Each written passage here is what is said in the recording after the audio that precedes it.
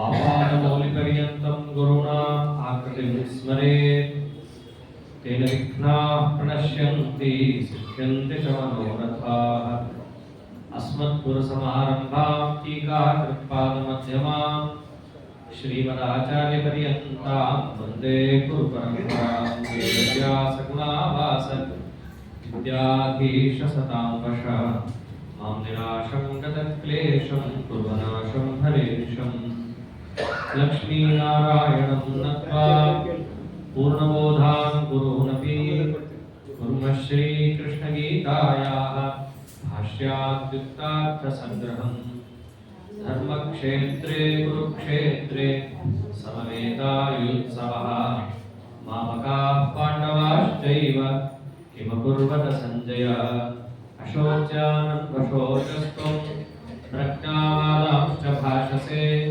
गतासून् अगतासूंश्च नानुशोचन्ति पण्डिताः श्रीगुरुभ्यो नमः हरि ओम् ಪರಮಾತ್ಮನ ಜ್ಞಾನವನ್ನು ಪಡೆದವರು ದುರ್ಲಭ ಅಂತ ಹೇಳಿ ಸ್ವಯಂ ಕೃಷ್ಣ ಪರಮಾತ್ಮನೇ ಹೇಳಿದಾಗ ಯದ್ಯಪಿ ಆ ರೀತಿಯಾದ ಮುಂದಿನ ಸಂಶಯಗಳು ಬರಲೇಬಾರದು. ಅವನು ದುರ್ಲಭ ಅಂತಂದ್ರೆ ದುರ್ಲಭ ಅಂತಲೇ ಅರ್ಥ ಮಾಡ್ಕೋಬೇಕು. ಅದರ ಮೇಲೆ ಏನಾದರೂ ಕೂಡ ಪ್ರಶ್ನೆ ಮಾಡಿದ್ರೆ ಪರಮಾತ್ಮನಲ್ಲಿ ಇನ್ನ ಅವನಿಗೆ ಆಪ್ತತ್ವ ನಿಶ್ಚಯ ಇಲ್ಲ ಅಂತ, ಅಥವಾ ಅವನಲ್ಲಿ ಆಪ್ತತ್ವ ನಿಶ್ಚಯಕ್ಕೆ ಪ್ರತಿಬಂಧಕವಾದ ಅನೇಕ ಅಂಶಗಳಿವೆ ಅಂತಲೂ ಕೂಡ ಅವನ ಮನಸ್ಸಿನಲ್ಲಿದೆ ಅನ್ನೋದು ಸಿದ್ಧ ಆಗುತ್ತೆ. ದೃಷ್ಟಾಂತಕ್ಕೆ ಕೃಷ್ಣ ಅಂತ, ನನ್ನ ತಿಳಿದಂತಹ ಜ್ಞಾನಿ ದುರ್ಲಭ. ಸಾಮಾನ್ಯವಾಗಿ ಆತ್ಮ ಅಂತ ವ್ಯವಹಾರ ಇದೆ ಲೋಕದಲ್ಲಿ ಜೀವನಿಗೆ. ಅವನನ್ನ ಯಾಕೆ ಆತ್ಮ ಅಂತ ಕರೀತೇವೆ ಅಂತ ಪ್ರಶ್ನೆ ಬಂದಾಗ, ಆಪ್ನೋತಿ ತ್ಯಾತ್ಮ, ಪರಮಾತ್ಮನನ್ನು ಅವನು ಹೊಂದುತ್ತಾನೆ, ಆದ್ದರಿಂದ ಅವನನ್ನ ಆತ್ಮ ಅಂತ ಕರೆಯೋದು. ಪರಮಾತ್ಮನನ್ನು ಹೊಂದೋದು ಶಬ್ದಾರ್ಥವೇ ಪರಮಾತ್ಮನ ಜ್ಞಾನವನ್ನು ಪಡೆಯೋದು ಅಂತ ಅರ್ಥ. ಹಾಗಿದ್ದಾಗ ಅಂತಹ ಆತ್ಮ ಪರಮಾತ್ಮನ ಬಗ್ಗೆ ತಿಳಿದವ ಅವನೇ ಮಹಾತ್ಮ ಯಾವಾಗ ಆಗುತ್ತಾನೆ? ಬಹಳಷ್ಟು ಜ್ಞಾನವನ್ನು ಪಡೆದಾಗ ಅವನನ್ನೇ ಅಪರೋಕ್ಷ ಜ್ಞಾನಿ ಎಂದು ಕರೀತಾರೆ. ಅವನನ್ನ ದುರ್ಲಭ ಅಂತ ಕರೆದ ಪರಮಾತ್ಮ. ಆದ್ರೆ ಲೋಕದಲ್ಲಿ ಏನು ಕಾಣಿಸ್ತಾ ಇದೆ? ಎಷ್ಟೋ ಜನ ಇದ್ದಾರೆ ದೇವರನ್ನು ತಿಳಿದವರು. ಯಾಕೆ ನಮಗೆ ಗೊತ್ತಿಲ್ವಾ? ಎಷ್ಟೋ ಅಷ್ಟಾರು ನಮಗೂ ಗೊತ್ತಿದೆಯಲ್ಲ ವಿಷ್ಣುವಿನ ಬಗ್ಗೆ. ಹರಿಸರ್ವೋತ್ತಮ ಅಂತ ಗೊತ್ತು, ಲಕ್ಷ್ಮೀಪತಿ ಅಂತ ಗೊತ್ತು, ವೈಕುಂಠದಲ್ಲಿ ಇರ್ತಾನೆ ಅಂತ ಗೊತ್ತಲ್ಲ. ಅಂತ ದೇವರನ್ನ ತಿಳಿದವ ದುರ್ಲಭ ಯಾಕೆ? ಅರ್ಥ ಬೇರೆ ಇದೆ ಅಂತ. ದೇವರನ್ನು ತಿಳಿದವರು ದುರ್ಲಭ ಅಂತ ಅನ್ನೋದ್ರ ಅಭಿಪ್ರಾಯ ಏನಿದೆ? ಸುಮ್ಮನೆ ಏನೋ ಆ ತಾತ್ಪರ್ಯಕ ತಿಳಿದವರು ಮರೆತು ಬಿಡೋರ್ನೆಲ್ಲ ತಿಳಿದವರು ಅಂತ ಕರೆಯಲ್ಲ. ಮಲ್ಲಿಕಾದಲ್ಲಿ ಒಂದು ಒಳ್ಳೆ ಮಾತು ಬರುತ್ತೆ, ಗೃಹೀತಮರ್ಥಂ ಯಃ ಪಶ್ಚಾತ್ ನಜಹಾತ ಸವೈ ಮಹಾನ್ ದೃಢಗ್ರಾಹಿ ಮಣಿರ್ಮಾನ್ಯೋ ಪೌರ್ಣಮಾಸಿ ವಿದುಷ್ಯಸಿ ಒಂದು ಮಾತು ಬರುತ್ತೆ. ಮಹಾನ್, ಇಲ್ಲಿ ದೇವರು ಏನಂದಿದ್ದಾನೆ? ಮಹಾತ್ಮ ಅಂತಂದಿದ್ದಾನೆ. ಆತ್ಮ ಅಂದ್ರೆ ತಿಳಿದವರಷ್ಟೇ. ಮಹಾನ್, ದೊಡ್ಡ ಆತ್ಮ ಯಾವಾಗ ಆಗ್ತಾನೆ ಗೊತ್ತೇನು? ಗೃಹೀತಮರ್ಥಂ ಯಃ ಪಶ್ಚಾತ್ ನಜಹಾತಿ, ಯಾರು ತಿಳಿದದ್ದನ್ನ ಮರೆಯಲ್ವೋ ಅವನು ಮಹಾನ್. ಈಗ ನಮಗೂ ಕೂಡ ದೇವರು ಸ್ವತಂತ್ರ ಅಂತ ಗೊತ್ತಿರುತ್ತೆ. ಎಷ್ಟೊತ್ತನಕ ಗೊತ್ತಿರುತ್ತೆ? ಸ್ವಲ್ಪ ಹೊತ್ತು ಮಾತ್ರ. ಆಮೇಲೆ ಯಾರಾದರೂ ಬಂದು, ಯಾರು ಉಪನ್ಯಾಸ ಹೇಳಿದ್ದು? ನಾನೇ ಹೇಳಿದ್ದು. ಯಾರು ಕೇಳಿದ್ದು? ಇನ್ಯಾರು? ನಾನೇ ಕೇಳಿದ್ದು. ಅಂದ್ರೆ ಅವರಿಗೆ ಆಯಾಯ ಪ್ರವೃತ್ತಿಯನ್ನು ಮಾಡುವಾಗ ಪರಮಾತ್ಮನ ಮರೆವು ಅನ್ನೋದು ಇದ್ದೇ ಇರುತ್ತೆ. ಆದ್ದರಿಂದ ದೇವರನ್ನ ತಿಳಿದವರಷ್ಟೇ ನಿಜವಾಗ್ಲೂ ತಿಳಿದವರಲ್ಲ. ತಿಳುವಳಿಕೆಯನ್ನ ಕಳ್ಕೊಳ್ಳದೆ ಯಾರು ತಿಳ್ಕೊಂಡಿರ್ತಾರೋ ಅವರು ತಿಳ್ಕೊಂಡವರು. ಅದಕ್ಕೆ ರಾಜನದ್ದು ಮಹಾನ್, ದೊಡ್ಡವನು. ಇಲ್ಲಿ ದೇವರೇನಿಂದ ಸಮಹಾತ್ಮ ಸುದುರ್ಲಭ, ಆ ಮಹಾ ಆತ್ಮ ದುರ್ಲಭ. ತಿಳ್ಕೊಂಡಿದ್ದನ್ನ ಮರಿದೇ ಜ್ಞಾನಿಯಾದಂತಹ ವ್ಯಕ್ತಿ ಇದ್ದಾರಲ್ಲ ಅವರು ದುರ್ಲಭ. ಲೋಕದಲ್ಲಿ ಕಾಣಿಸ್ತಾ ಇದ್ದಾರಲ್ಲ ಅಂತಂದ್ರೆ ಅವರು ಕಾಣಿಸ್ತಾ ಇದ್ದಾರೆ. ಅದಕ್ಕೆ ಪರಮಾತ್ಮ ಅಂದ ಕಾಮೈಸ್ತೈಸ್ತೈರ ಹೃತಜ್ಞಾನಾಃ ಪ್ರಪದ್ಯಂತೆ ದೇವತಾಃ ತಂ ತಂ ನಿಯಮಮಾಸ್ತಾಯ ಪ್ರಕೃತ್ಯಾ ನಿಯತಾ ಸ್ವಯಃ. ನನ್ನನ್ನು ಹೇಗೆ ಹಿಡಿದಿರ್ತಾರೋ, ನನ್ನನ್ನು ಹೇಗೆ ಅವರು ತಿಳಿದಿರ್ತಾರೋ, ತಿಳಿದಂತೆ ಹಿಡಿಬೇಕು ತಾನೆ, ಹಾಗೆ ಹಿಡಿಯೋದೇ ಇಲ್ಲ. ಮತ್ತೇನ್ ಮಾಡ್ತಾರೆ? ಪ್ರಪದ್ಯಂತೆ ಅನ್ಯ ದೇವತಾ, ಬೇರೆ ದೇವತೆಗಳನ್ನು ಅವರು ಹಿಡಿದು ಬಿಟ್ಟಿರ್ತಾರೆ. ಯಾಕೆ ಹಿಡಿತಾರೆ? ಅದಕ್ಕೆ ಕಾರಣ ಕೊಟ್ಟ. ಕಾಮೈಸ್ತೈಸ್ತೇ ಹೃತಜ್ಞಾನ.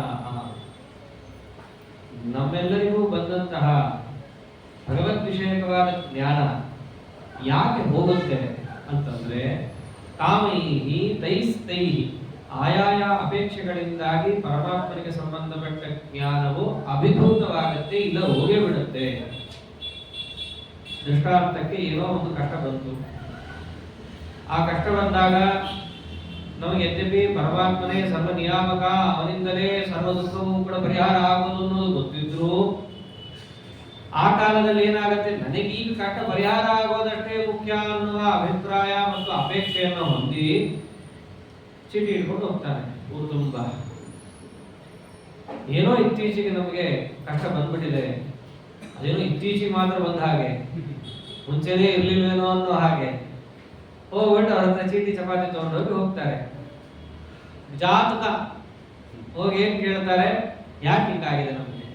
ಅವ್ರು ಏನೋ ಒಂದು ಪರಿಹಾರ ಹೇಳ್ತಾರೆ. ಪಾಪ ಪ್ರಧಾನ ಮೊದಲು ಸಿಕ್ಕಾಕೊಳ್ಳೋದೇ ಶನೈಶ್ವರರು. ಯಾವ ಗ್ರಹದಲ್ಲಿ ಹೋದ್ರು ಕೂಡ ಅನಿಷ್ಟಕ್ಕೆಲ್ಲ ಪಾಪ ಅವರನ್ನೇ ಹೊಣೆ ಮಾಡಿ ಏನ್ ಮಾಡ್ಬೇಕು ಗೊತ್ತಾ ನೀವು? ಶನಿವಾರ ಎಳ್ಳೆಣ್ಣೆ ದಾನ ಮಾಡಿ, ತಪ್ಪಲ್ಲ. ಆದ್ರೆ ಅವನಿಗೆ ಏನಿರುತ್ತೆ, ಆ ಕಾಲದಲ್ಲಿ ಅವನ ಕಷ್ಟ ಪರಿಹಾರ ಆಗ್ಬೇಕಾಗಿರುತ್ತೆ. ಕೈ ಮುಗಿದು ಮಹಾತ್ಮ ಶನೀಶ್ವರ ಅನುಗ್ರಹ ಮಾಡಪ್ಪ ಅಂತ ಕೇಳ್ಕೊಂಡು ಹೋಗ್ತಾನೆ. ಅವನಿಗೆ ಗೊತ್ತಿರ್ಲಿಲ್ವ ಮುಂಚೆ ಪರಮಾತ್ಮನೇ ಸರ್ವರಿಗೂ ನಿಯಾಮಕ, ಸರ್ವ ಅಂತಂದ್ರೆ ಆ ಗ್ರಹನೂ ಅದ್ರಲ್ಲಿ ಒಂದು ಅನ್ನೋದು ಅವನಿಗೆ ಗೊತ್ತಿಲ್ವಾ? ಗೊತ್ತಿದೆ. ಆದ್ರೆ ಆ ಕಾಲದಲ್ಲಿ ಅವನಿಗೆ ಕಷ್ಟ ಪರಿಹಾರ ಆಗಲೇಬೇಕು ಅನ್ನೋ ದೊಡ್ಡ ಉತ್ಸಾಹದಿಂದಾಗಿ, ಆ ಅಪೇಕ್ಷೆಯಿಂದಾಗಿ ಕಾಮೈಸ್ತೈಸ್ತೇ ಹೃತಜ್ಞಾನ. ಯಾರಾದ್ರೂ ಹೋಗಿ ಅವರಿಗೆ ವಿಷ್ಣು ಸಹಸ್ರನಾಮ ಹೇಳು ಅಂತಂದ್ರೆ ರುಚಿಸೋದೇ ಇಲ್ಲ ಆ ಉತ್ತರಗಳೆಲ್ಲ ಅವರಿಗೆ. ಅದೇ ಒಂದು ವೇಳೆ ಶನಿವಾರ ಹೋಗಿ ಪ್ರದಕ್ಷಿಣೆ ಹಾಕುವ ಅಂತ ಬಹಳ ಉತ್ಸಾಹದಿಂದ ಹೋಗ್ತಾರೆ. ಯಾಕೆ? ತೈಸ್ತೇ ಹೃತಜ್ಞಾನ. ಅವರಿಗೆ ಆ ಕಾಮದಿಂದಾಗಿ ಪರಮಾತ್ಮನಿಗೆ ಸಂಬಂಧಪಟ್ಟ ಜ್ಞಾನ ತಿರೋಹಿತವಾಗುತ್ತೆ. ಇವೆಲ್ಲ ನಮಗೇನ್ ದೇವರು ಹೇಳ್ತಾ ಇದ್ದಾನಲ್ಲ, ಇದೇನೋ ಎಲ್ಲೋ ಇರೋಂತಹದ್ದಲ್ಲ, ನಮ್ಮೆಲ್ಲರ ಅನುಭವದಲ್ಲೇ ಇರೋದಿಲ್ಲ. ಎಲ್ಲದಕ್ಕೂ ವಿಷ್ಣುವನ್ನು ಹಿಡಿಯಪ್ಪ, ಒಂದು ಸರ್ವರಿಗೂ ನಿಯಾಮಕ ಅಂತಂದ್ರೆ ಅದು ಹೋಗೋದೇ ಇಲ್ಲ. ನೋಡಿದೀವಲ್ಲ ಎಷ್ಟೋ ಜನರಿಗೆ. ಇದನ್ನೇ ದೇವರು ಅಂತಿದ್ದಾನೆ. ಗೊತ್ತಿದ್ರೂ ಕೆಲವರು ಮಾಡಲ್ಲ. ಅದಕ್ಕೆ ಏನ್ ಮಾಡ್ತಾರೆ? ಪ್ರಪದ್ಯಂತೆ ಅನ್ಯ ದೇವತಾ, ಬೇರೆ ದೇವತೆಗಳಿಗೆ ಅವರು ಪ್ರಪನ್ನರಾಗುತ್ತಾರೆ. ಅಂದ್ರೆ ಇದು ಯಾತಕ್ಕೆ ಹೇಳ್ತಾ ಇದ್ದಾನೆ? ಮಾಯಾವನ್ನ ದಾಟೋದು ಹೇಗೆ, ಪರಮಾತ್ಮನಿಗೆ ಸಂಬಂಧಪಟ್ಟ ಅಜ್ಞಾನದಿಂದ ಬಿಡುಗಡೆ ಹೊಂದೋದು ಹೇಗೆ ಅಂತ ಪ್ರಶ್ನೆ ಬಂದಿತ್ತು. ನನಗೆ ಪ್ರಪನ್ನರಾದವರು ಮಾಯೆಯನ್ನ ದಾಟ್ತಾರೆ ಅಂತ ಹೇಳಿದ. ದೇವರ ಬಗ್ಗೆ ಗೊತ್ತಿದ್ರು ಅವ್ರಿಗೆ ಯಾಕೆ ಪ್ರಪನ್ನರಾಗಲ್ಲ? ತುಂಬಿಕೊಂಡಿದ್ದಾರಲ್ಲ ಮನಸ್ಸಲ್ಲಿ ಬೇಡದ ಅಪೇಕ್ಷೆಗಳೆಲ್ಲ. ಅದರಿಂದಾಗಿ ಪರಮಾತ್ಮನಿಗೆ ಸಂಬಂಧಪಟ್ಟ ಜ್ಞಾನ ತಿರೋಹಿತವಾಗಿ ಕಂಡ ದೇವತೆಗಳಿಗೆಲ್ಲ ತೆಗೆದುಕಾಯಿ ಹೊಡೆಸೋ ಸ್ವಭಾವ ಬೆಳೆಯುತ್ತೆ. ತಮ್ ತಮ್ ನಿಯಮಮಾಸ್ಥಾಯ. ಅಲ್ಲೂ ನೋಡ್ರಿ, ಬರೀ ಆ ದೇವತೆಗಳಿಗೆ ಹೋಗಿ ಬೀಳೋದಷ್ಟೇ ಅಲ್ಲ, ಕಾಲಿಗೆ ಹೆಂಗೆ ಬೀಳ್ತಾರೆ? ತಮ್ ತಮ್ ನಿಯಮಮಾಸ್ಥಾಯ. ಆಯಾ ದೇವತೆಗಳಿಗೆ ಬೇಕಾದ ನಿಯಮಗಳು ಅಂತ ಏನೇನೋ ಆಯಾ ಆಗಮಗಳಲ್ಲಿ ಪ್ರಸಿದ್ಧವಾಗಿರೋ ಹಾಗೆ ಹೋಗ್ತಾರೆ. ಶನಿವಾರ ಹೋಗ್ತಿರಲ್ಲ, ಬಿಳಿ ಬಟ್ಟೆ ಹಾಕೊಂಡು ಹೋಗ್ಬೇಡ್ರಿ. ಶನಿ ಅಂದ್ರೆ ಕಪ್ಪು, ಕಪ್ಪು ಬಟ್ಟೆ ಹಾಕೊಂಡಾದ್ರೆ ನಿಮಗೆ ಬೇಗ ರಿಸಲ್ಟ್ ಬರುತ್ತೆ ಹೇಳ್ತಾರಲ್ಲ ಹೀಗೆಲ್ಲ. ಹಂಗೆ ಹೋಗ್ತಾನೆ ಇವನು. ಯಾಕೆ? ಕಾಮೈಸ್ತೈಸ್ತೈರ ಹೃತಜ್ಞಾನಾಃ ತಮ್ ತಮ್ ನಿಯಮಮಾಸ್ಥಾಯ. ಆಯಾಯ ನಿಯಮಗಳನ್ನೇ ಇಟ್ಕೊಂಡು ಏನ್ ಮಾಡ್ತಾನೆ? ಹೋಗ್ತಾನೆ. ಯಾಕಂದ್ರೆ ಹೋಗ್ತಾರೆ ಗೊತ್ತೇನೋ? ಪ್ರಕೃತ್ಯ ನಿಯತ ಸ್ವಯ.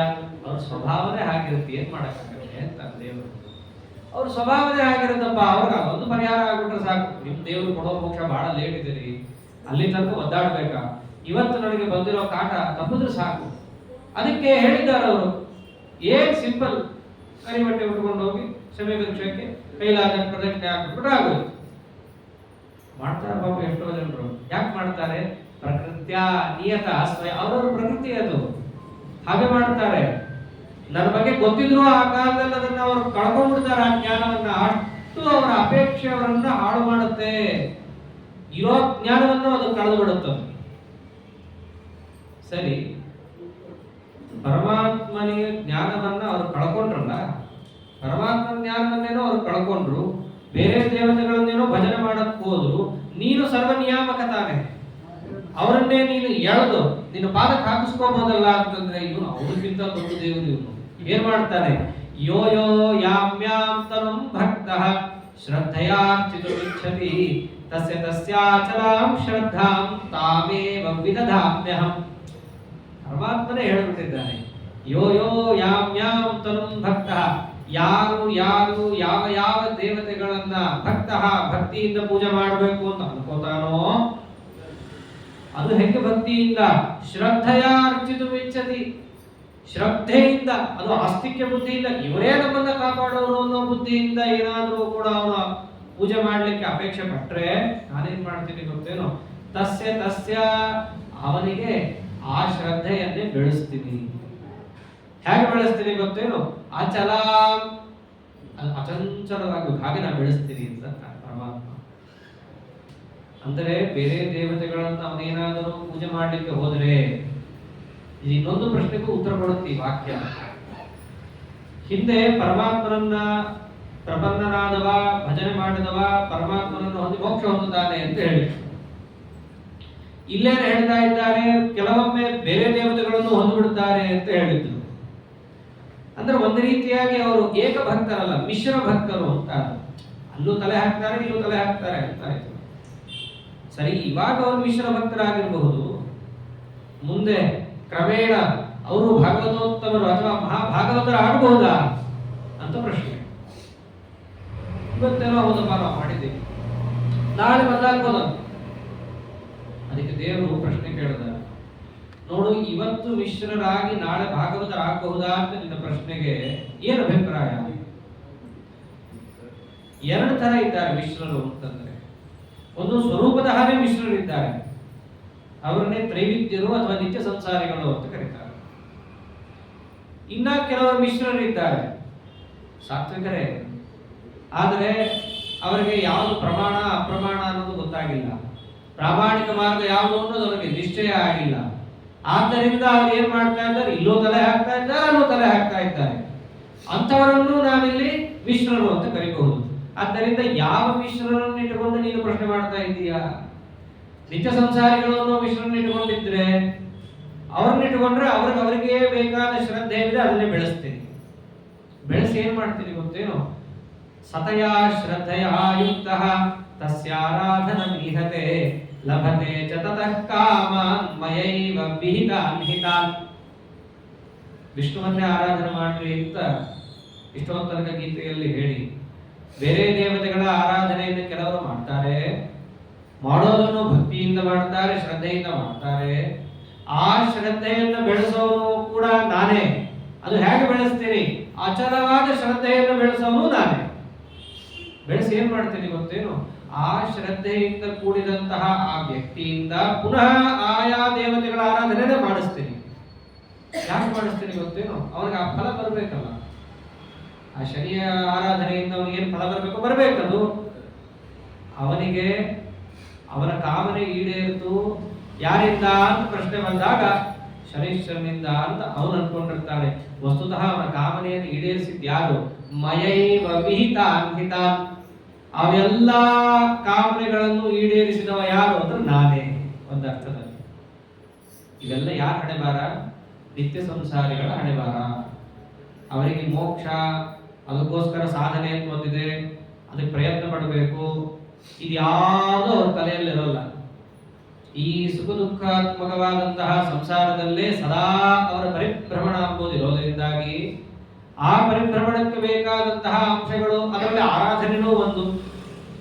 ಪರಮಾತ್ಮನ ಆರಾಧನೆಯನ್ನು ಕೂಡ ಅವರು ಮೋಕ್ಷಕ್ಕಾಗಿ ಮಾಡಲ್ಲ. ಇದೊಂದು ವಿಚಿತ್ರ. ನಿತ್ಯ ಸಂಸಾರಿಗಳು ಹೇಗೆ ಬೇರೆ ಬೇರೆ ದೇವತೆಗಳು ಅಂತ ನೋಡ್ತಿರ್ತಾರೋ, ಪರಮಾತ್ಮನೂ ಹಾಗೆ ನೋಡ್ತಾರಂತೆ. ಆದ್ದರಿಂದ ಯಾವ ಶರೀರವನ್ನ ಪರಮಾತ್ಮ ಅಂತ ಅಥವಾ ಯಾವ ದೇವತೆಗಳನ್ನ ಅವರು ಭಕ್ತಿಯಿಂದ ಶ್ರದ್ಧೆಯಿಂದ ಪೂಜೆ ಮಾಡಬೇಕು ಅಂತ ಅನ್ಕೋತಾರೋ ಆ ಶ್ರದ್ಧೆಯನ್ನು ಕೊಟ್ಟು ಆಯಾ ದೇವತೆಗಳಿಂದ ಅವರಿಗೆ ಆ ಫಲ ಬಂತು ಅಂತ ಅವರಿಗೆ ಅನಿಸಿದ್ರು ವಸ್ತುತಃ ಫಲ ಕೊಟ್ಟವನು ಯಾರು? ನಾನೇ. ಇದು ಯಾರ ಹಣೆ ಬಾರ? ನಿತ್ಯ ಸಂಸಾರಿಗಳ ಹಣೆ ಬಾರ. ಮಿಶ್ರರು ಅಂದ್ರೆ ಅವರೇ. ಕೆಲವೊಮ್ಮೆ ಸಾತ್ವಿಕರೇ ಮಿಶ್ರರ ರೀತಿಯಲ್ಲಿ ವರ್ತನೆ ಮಾಡ್ತಾರಲ್ಲ, ಅವ್ರಿಗೇನು ಉತ್ತರ ಅಂದ್ರೆ ಅವ್ರಿಗೂ ಇದೇ ಉತ್ತರನೇ ಅಂತ. ಅವ್ರಿಗೂ ಕೂಡ ಹಾಗೇನೆ. ಅವ್ರಿಗೇನಾದ್ರೂ ಈ ಕಾಲದಲ್ಲಿ ಆ ದೇವತೆಗಳನ್ನ ಭಜನೆ ಮಾಡಬೇಕಿಂತ ಮಾಡಿಸ್ತಾರೆ, ಎಲ್ಲ ದೇವರೇ ಮಾಡಿಸ್ತಾರೆ. ಮಾಡಿಸಿ ಲಭತೆ ಚ ತತಃ ಕಾಮಾನ್, ತತಃ ಆಮೇಲೆ, ಯಾವ ಮೇಲೆ? ಅವನ ಕರ್ಮಾದಿಗಳು ಕಳೆದ ಮೇಲೆ. ತತಃ ಅಂತಂದ್ರೆ ಕ್ರಮೇಣ ಪರಮಾತ್ಮನ ಅನುಗ್ರಹದಿಂದ ಅವರಿಗೆ ಸದ್ಗುರುಗಳು ಪ್ರಾಪ್ತರಾಗಿ ಅವರಿಗೆ ಯಾವುದು ಪ್ರಾಮಾಣಿಕ ಅಪ್ರಾಮಾಣಿಕ ಅನ್ನೋದನ್ನ ತಿಳಿಸಿಕೊಟ್ಟು, ಹೀಗೆ ನೀನು ಬದುಕಬೇಕಪ್ಪ, ಹೀಗೆ ಆರಾಧನೆ ಮಾಡಬೇಕು, ಶ್ರದ್ಧಾ ಭಕ್ತಿಯನ್ನು ತೋರಿಸೋದಾದ್ರೆ ಹೀಗೆ ತೋರಿಸ್ಬೇಕು ಅಂತ ಹೇಳಿ ಪರಮಾತ್ಮನ ಆರಾಧನೆಯಲ್ಲಿ ಆ ಗುರುಗಳು ಅವನನ್ನ ತೊಡಗಿಸುತ್ತಾರೆ. ತೊಡಗಿಸಿದ ಮೇಲೆ ಅವನು ಕೂಡ ಪಡಿತಾನೆ. ಏನ್ ಪಡಿತಾನೆ? ಮಯೈವ ವಿಹಿತಾನ್, ನನ್ನಿಂದಲೇ ಕೊಡಲ್ಪಡುವಂತಹ ಅಭೀಷ್ಟಗಳನ್ನು ಅವನು ಪಡಿತಾನೆ. ಮಯೈವ ವಿಹಿತಾನ್, ನನ್ನಿಂದಲೇ ಕೊಡಲ್ಪಡುವ ಅಭೀಷ್ಟ ಯಾವುದು? ಪರಮಾತ್ಮನಿಂದಲೇ ಕೊಡಲ್ಪಡುವ ಅಭೀಷ್ಟ ಎಂದು ಮೋಕ್ಷ. ಮಿಕ್ಕಿದ್ದನ್ನು ಅವನು ಕೊಡ್ತಾನೆ, ಬೇರೆಯವರ ದ್ವಾರನೂ ಕೊಡಿಸ್ತಾನೆ. ಆಗ ಮೋಕ್ಷವನ್ನು ಕೊಡುವುದು ಮಾತ್ರ ತಾನೇ. ಅದಕ್ಕೆ ಅಂತ ಮಯೈವ ವಿಹಿತ, ನನ್ನಿಂದಲೇ ವಿಹಿತವಾದದ್ದನ್ನೂ ಕೂಡ ಆತ ಪಡಿತಾನೆ. ಯಾವಾಗ? ತತಃ ಅಂದ್ರೆ ಆನಂತರದಲ್ಲಿ. ಯಾವ ನಂತರ? ತನ್ನ ಕರ್ಮ ಸವೆದ ಮೇಲೆ ಸದ್ಗುರುಗಳ ಪ್ರಾಪ್ತಿಯಾಗಿ ಅವನಿಗೆ ಪ್ರಾಮಾಣಿಕ ಅಪ್ರಾಮಾಣಿಕ ಮಾರ್ಗಗಳ ಅವಬೋಧ ಆದ ನಂತರದಲ್ಲಿ ಅವನಿಗದು ಪ್ರಾಪ್ತವಾಗುತ್ತೆ. ಆದ್ದರಿಂದ ಈ ಕಾಲದಲ್ಲಿ ನಮಗದಕ್ಕೆ ಯಾವುದು ಗೊತ್ತಾಗಲ್ಲ ಅಂತ ಅನ್ನೋದು. ಸ್ವರೂಪ ಜ್ಞಾನ ನಮಗೆಲ್ಲ ಆಗುತ್ತೆ. ಅವನು ನಿತ್ಯ ಸಂಸಾರಿನೋ ಸಾತ್ವಿಕನೋ, ಯಾಕೆಂದ್ರೆ ಹೊರಗಿನ ಲಕ್ಷಣಗಳು ಎರಡೂ ಒಂದೇನೆ. ಮಿಶ್ರರು ಅಂತ ಮೇಲ್ನೋಟಕ್ಕೆ ಕರೆಸಿಕೊಂಡಂತವರು ಕೂಡ ಇಬ್ಬರಿಬ್ಬರು ದೇವತೆಗಳನ್ನು ಸ್ಮರಣೆ ಮಾಡ್ತಾ ಇರ್ತಾರೆ, ಭಜನೆ ಮಾಡ್ತಾ ಇರ್ತಾರೆ. ಇಬ್ಬರಿಬ್ಬರ ಕಡೆ ತಲೆ ಹಾಕ್ತಾ ಇದೀಯ ನೀನು ಅಂತ ಹೇಳಿ ಅವರನ್ನು ನಿತ್ಯ ಸಂಸಾರಿ, ನೀನು ಯಾವ್ದಕ್ಕೂ ಬಾರದೋ, ಅದನ್ನ ನಾವ್ಯಾರು ಹೇಳಕ್ಕೆ? ಅದನ್ನ ಯಾರು ತಿಳ್ಕೊತಾರೆ ಅಂತಂದ್ರೆ ಜ್ಞಾನಿ, ಅವರಿಗದು ಗೊತ್ತಿರುತ್ತೆ. ಅಥವಾ ಸ್ವರೂಪ ಜ್ಞಾನ ಪೂರ್ಣ ಯಾರಿಗಿರುತ್ತೆ ಅಂದ್ರೆ ಒಳ ಕೂದವ್ರಿಗೆ ಇರುತ್ತೆ, ಮುಖ್ಯ ಪ್ರಾಣ ದೇವರಿಗೆ, ತತ್ವಾಭಿಮಾನಿ ದೇವತೆಗಳಿಗೆ ಅದರ ಪರಿಚಯ ಇರುತ್ತೆ. ಆದ್ದರಿಂದ ಲೋಕದಲ್ಲಿರುವವರಿಗೆ ಸ್ವರೂಪದ ಅರಿವು ಪ್ರಾಯ ಇರಲ್ಲ. ಪ್ರಾಯ ಏನು, ಸಾಮಾನ್ಯ ಜನರಿಗಂತೂ ಇರೋದೇ ಇಲ್ಲ. ಆದ್ದರಿಂದ ಇಂತಹ ಮಿಶ್ರರಿರ್ತಾರಲ್ಲ, ಅವರು ಕೆಲವೊಮ್ಮೆ ತಲೆ ಆ ಕಡೆ ಈ ಕಡೆ ಹಾಕಿದಾಗ, ಬೇರೆ ಕಡೆ ಹಾಕಿದ್ದಾಗ ನನ್ನನ್ನು ಪ್ರಪಂಚರಾಗಲ್ಲ, ಆದ್ದರಿಂದ ಅವರು ಮಾಯೆಯನ್ನು ದಾಟಕ್ಕಾಗಲ್ಲ ಅಂತ ಪರಮಾತ್ಮ. ಯಾಕೆಂದ್ರೆ ಇವೆಲ್ಲ ಅಲ್ಲಿಂದ ಬಂದಿದೆ. ಮಾಯಾಮೇತಾಂ ತರಂತಿದೆ, ಯಾರು ಮಾಯೆಯನ್ನು ದಾಟ್ತಾರೋ ಅಂತ ಪ್ರಶ್ನೆ ಬಂದಾಗ ನೋಡಿ, ಇಂತಿದ್ದವರು ದಾಟ್ತಾರೆ, ಜ್ಞಾನಿಗಳು ದಾಟ್ತಾರೆ, ಈ ಮಿಶ್ರರು ದಾಟಲ್ಲ. ಸಾತ್ವಿಕರೇ ಮಿಶ್ರ ಸ್ವಭಾವದಲ್ಲಿದ್ದಾಗ ದಾಟಲ್ಲ. ಸದ್ಗುರುಗಳ ಪ್ರಾಪ್ತಿಯಾಗಿ ಸನ್ಮಾರ್ಗದಲ್ಲಿ ಬಂದ ಮೇಲೆ ಅವರು ಕೂಡ ನನ್ನಲ್ಲೇ ಪ್ರಪನ್ನರಾಗಿ ಅವರು ಕೂಡ ದಾಟ್ತಾರೆ. ಅಲ್ಲಪ್ಪ, ಇಷ್ಟು ಯಾಕೆ ನಿನ್ನನ್ನೇ ಭಜನೆ ಮಾಡಬೇಕು, ನಿನ್ನನ್ನೇ ಭಜನೆ ಮಾಡಬೇಕಂತ ನೀ ಏನ್ ಹೇಳಿದಿ? ಬೇರೆ ದೇವತೆಗಳನ್ನ ಸೇವೆ ಮಾಡಿದಾಗಲೂ ಫಲ ಬರುತ್ತೆ. ಬರೋ ಫಲ ನನ್ನಿಂದಲೇ ಬರುತ್ತೆ ಅಂತಂದಿ. ಸರಿ, ನಿನ್ನಿಂದನಾರು ಬರಲಿ, ಯಾರಿಂದನಾರು ಬರಲಿ, ಫಲ ಅಂತೂ ಬರುತ್ತಲ್ಲ. ಫಲ ಬಂದ ಮೇಲೆ ನಿನ್ನನ್ನೇ ಭಜನೆ ಮಾಡ್ಬೇಕು ವಿಶಿಷ್ಟವಾಗಿ. ಈ ಪ್ರಶ್ನೆ ಬರುತ್ತಲ್ಲ, ಅದಕ್ಕೆ ಉತ್ತರ ಕೊಟ್ಟ. ಹೌದು, ಬರುತ್ತೆ. ಅಂತವತ್ತು ಫಲಂ ತೇಷಾಂ ತದ್ಭವತ್ಯಲ್ಪಮೇಧಸಾ ದೇವಾನ್ ದೇವಯಜೋ ಯಾಂತಿ ಮದ್ಭಕ್ತಾ ಯಾಂತಿ ಮಾಮಪಿ. ಅಲ್ಲಿಂದ ಏನು ಫಲ ಬರುತ್ತಲ್ಲ, ಆ ಫಲ ಅಂತವತ್ತು ಅಂತವದೇವ. ಆ ಎಲ್ಲಾ ಫಲವೂ ಕೂಡ ಅಂತವತ್, ಎಲ್ಲದಕ್ಕೂ ಒಂದು ಅಂತ್ಯ ಇದೆ. ಅನಂತವಾದ ಫಲವನ್ನ ಆಯಾ ದೇವತೆಗಳು ನಿಮಗೆ ಕೊಡಲಾರರು. ಯಾಕೆ ಹಾಗೆ ಹೇಳ್ತೀಯ? ತದ್ಭವತಿ ಅಲ್ಪಮೇಧಸಾ. ನೀವು ಆ ದೇವತೆಗಳನ್ನ ಹೋಗಿ ಕೇಳ್ಕೊಂಡಾಗ ಯಾವುದರ ಅಪೇಕ್ಷೆಯಿಂದ ಕೇಳ್ಕೊಂಡಿರ್ತೀರಿ? ಅಲ್ಪ ಮೇಧಸ, ಅಲ್ಪವಾದ ಅಭೀಷ್ಟಗಳನ್ನೇ ತಲೆಯಲ್ಲಿ ತುಂಬಿಕೊಂಡು ಹೋಗ್ಬಿಟ್ಟು ಅಲ್ಲಿ ಹೋಗಿ ಕೇಳಿರ್ತೀವಿ. ಯದ್ಯಪಿ ರುದ್ರದೇವರು ಸಾಮಾನ್ಯನ, ರುದ್ರದೇವರು ಬಿಡ್ರಿ, ಪುಷ್ಕರ ಯಾವ ದೇವತಾ ಒಳಗಡೆ ನಿಯಾಮಕನಾಗಿದ್ದಾನೋ ಕರ್ಮಾಭಿಮಾನಿ, ಅವನ ಮಹಿಮೆಯೇ ನಮ್ಗೆ ಯಾರಿಗೂ ಅರ್ಥ ಆಗಿಲ್ಲ ಅಂತ ಒಂದ್ ಕಡೆ ಶಾಸ್ತ್ರಜ್ಞರು. ಅವನ ಮಹಿಮೆಯೇ ನಮಗೆ ಗೊತ್ತಾಗಿಲ್ಲ ಅಂತಂದ್ರೆ ಇದು ಕಿಮು. ಅವರ ಮೇಲಿರುವ ದೇವತೆಗಳು, ಅವರ ಮೇಲಿರುವ ಇಂದ್ರದೇವರು, ಮಹರುದ್ರ ದೇವರು, ಜೀವೋತ್ತಮರಾದ ಧರ್ಮವಾಯುಗಳು, ಮೇಲಿರುವ ಮಹಾಲಕ್ಷ್ಮಿ ಪರಮಾತ್ಮ ಕಿಮು ನಮ್ಮ ಯಥೋವಾಚೋ ನಿವರ್ತಂತೆ ಸರಿಯಾಗಿ ಹೇಳಿದ್ದಾರೆ. ಆದ್ದರಿಂದ ಅಂತಹ ದೊಡ್ಡ ದೊಡ್ಡ ದೇವತೆಗಳ ಹತ್ರ ಹೋಗಿ ನೀವು ಕೇಳಿದ್ದೇನು ಪರಮಾತ್ಮನ ಮಾರ್ಗವನ್ನು ನಮಗೆ ತೋರಿಸ್ರಪ್ಪ ಅಂತಂದ್ರೆ ಪ್ರೀತಿಯಿಂದ ನೀವು ಉಪದೇಶ ಮಾಡಿಬಿಡ್ತಾರೆ. ಅಲ್ಲಿ ಶನೇ ದಿನವಣೆ ಸೋನೋ ಅನೇಕ ಗುಣಸನ್ಮಣೆ ಅನಿಷ್ಟಂ ಹರಮೇ ಭೀಷ್ಟಂ ಕುರುಮಾ ಕುರು ಸಂಕಟಂ. ಅದರಾದ್ರೂ ಕೇಳಿಕೊಂಡಿದ್ದಾರೆ, ನೀನು ಬಹಳ ಉತ್ತಮ, ಸೂರ್ಯನ ಮಗ, ಇವೆಲ್ಲ ಕೇಳ್ಕೊತಾರೆ. ಅನಿಷ್ಟವನ್ನು ಕಳಿ, ಸಂಕಟ ಕೊಡಬೇಡ, ಇಷ್ಟೇ ಕೇಳ್ಕೊಂಡಿದ್ದು. ಸಾಮಾನ್ಯವಾಗಿ ತಡೆ, ಸ್ಲೋ, ವೇಗ ಎಂಬುದು ಇಲ್ಲ, ಮಂದತೆ ಬಂತು ಅಂತಂದ್ರೆ ಆ ಗ್ರಹದ ಪ್ರಭಾವ ಅಂತ ನಾವೆಲ್ಲರೂ ಅಂದ್ಕೊಳ್ಳೋದು ಸಹಜ. ಆದರೆ ವಾಸ್ತವದಲ್ಲಿ ಶನೈಶ್ಚರರು ಆ ಕೆಲಸ ಎಲ್ಲ ಯಾವತ್ತೂ ಕೂಡ ಮಾಡೋರಲ್ಲ, ಸ್ವತಂತ್ರವಾಗಿ. ಅವ್ರು ಅಂತಾರೆ, ಒಂದ್ ಕಡೆ ಬರುತ್ತಿದ್ದು, ನನಗೇನ್ ನಿನ್ ಮೇಲೆ ಏನು ಹಳೆ ಜನ್ಮ ದ್ವೇಷ ಇದೆಯಾ, ನೀನು ಕಾಸು ಕೊಡಬೇಕಂತ. ನಮ್ಮ ಮೇಲ್ಗಡೆ ಒಬ್ಬ ಪ್ರಭು ಇದ್ದಾರೆ, ಅವನು ನಮ್ಗೆ ಹಾಕಿದ್ದಾನ ಅಂಕುಶ, ಅವನು ಮಾಡು ಅಂತ ಮಾಡ್ತಾ ಇದ್ದೀನಿ, ನಾವ್ ಯಾಕೆ ನಿನಗೆ ಕಷ್ಟ ಕೊಡ್ಲಕ್ಕೆ. ಅದಕ್ಕೆ ಅಂತಾರೆ ಶನಿಂ ಸದ್ಭಕ್ತ ವತ್ಸಲಂ ಅಂತ ಬರುತ್ತೆ ಒಂದ್ ಕಡೆ ಹೇಳಬೇಕಾದ್ರೆ. ಉವಾಚ ಭಕ್ತವೃಂದಸ್ಥಂ ಶನಿಂ ಸದ್ಭಕ್ತ ವತ್ಸಲಂ. ನರಸಿಂಹಾವತಾರ ಆದಾಗ ಎಲ್ಲ ದೇವತೆಗಳು ಸ್ತೋತ್ರ ಮಾಡ್ತಾರೆ, ಹಾಗೆ ಶನೀಶ್ವರರು ಸ್ತೋತ್ರ ಮಾಡ್ತಾರೆ. ಸ್ತೋತ್ರ ಮಾಡಿದ್ರೆ ಬಹಳ ಖುಷಿಯಾಗಿ ಹೋಗುತ್ತೆ ನರಸಿಂಹದೇವರಿಗೆ. ಸ್ತೋತ್ರ ಮಾಡಿ ಶನೀಶ್ವರರಿಗೆ ಹೇಳ್ಬೇಕಾದ್ರೆ ವಿಶೇಷಣ ಕೊಡ್ತಾರೆ, ಶನಿಂ ಸದ್ಭಕ್ತ ವತ್ಸಲಂ. ಸತ್ ಅಂತಂದ್ರೆ ಸಾಕ್ಷಾತ್ ನಾರಾಯಣ ದೇವರು, ಅವನ ಭಕ್ತರಲ್ಲಿ ವತ್ಸಲ ವಾತ್ಸಲ್ಯವನ್ನು ತೋರಿಸೋರು ಅಂತ ಅರ್ಥ. ನಮ್ಮ ಮೇಲೆ ಏನು ಅವ್ರಿಗೇನು ಸಿಟ್ಟಿಲ್ಲ, ಹಳೆ ದ್ವೇಷ ಇಲ್ಲ, ಹೋದ ಜನ್ಮದಾಗಲಿ ಸಾಲ ಕೊಟ್ಟವ್ರು ತೀರಿಸಿಲ್ಲ ಅನ್ನೋ ಸಿಟ್ಟು ಯಾವುದಿಲ್ಲ ಅವ್ರಿಗೆ. ಅವ್ರು ವತ್ಸಲರೇ ಆಗಿರ್ತಾರೆ. ಅಂಥವ್ರ ಹತ್ರ ಹೋಗ್ಬಿಟ್ಟು ನೀವು ಏನ್ ಕೇಳ್ಕೋಬೇಕು, ನನಗೇನೋ ಕಷ್ಟ ಬಂದಿದೆ ಅದನ್ನು ಪರಿಹಾರ ಮಾಡು, ಅಲ್ಪ ಸ್ವಲ್ಪವಾದಂತಹ ಅಂಶವನ್ನೇ ತಲೆಯಲ್ಲಿಟ್ಟುಕೊಂಡು ಅವರ ಹತ್ರ ಹೋಗಿ ಕೇಳಿದ್ದಕ್ಕೆ ಅವರು ಕೊಡುವಂತ ಫಲ ಏನಾಗಿರುತ್ತೆ, ಅಂತವತ್ತೇ ಆಗಿರುತ್ತೆ. ಮಹೋನ್ನತವಾದ ಫಲವನ್ನು ಕೊಡುವ ಸಾಮರ್ಥ್ಯವೂ ಅವರಲ್ಲಿದೆ. ಜ್ಞಾನ ಭಕ್ತಿ ವೈರಾಗ್ಯಗಳೇ ಅಂತಹ ದೊಡ್ಡ ಫಲಗಳು ಅಂತಂದ್ರೆ ಅದನ್ನು ಕೇಳ್ಕೊಳ್ತಾರ ಇವರು? ಇಲ್ಲ.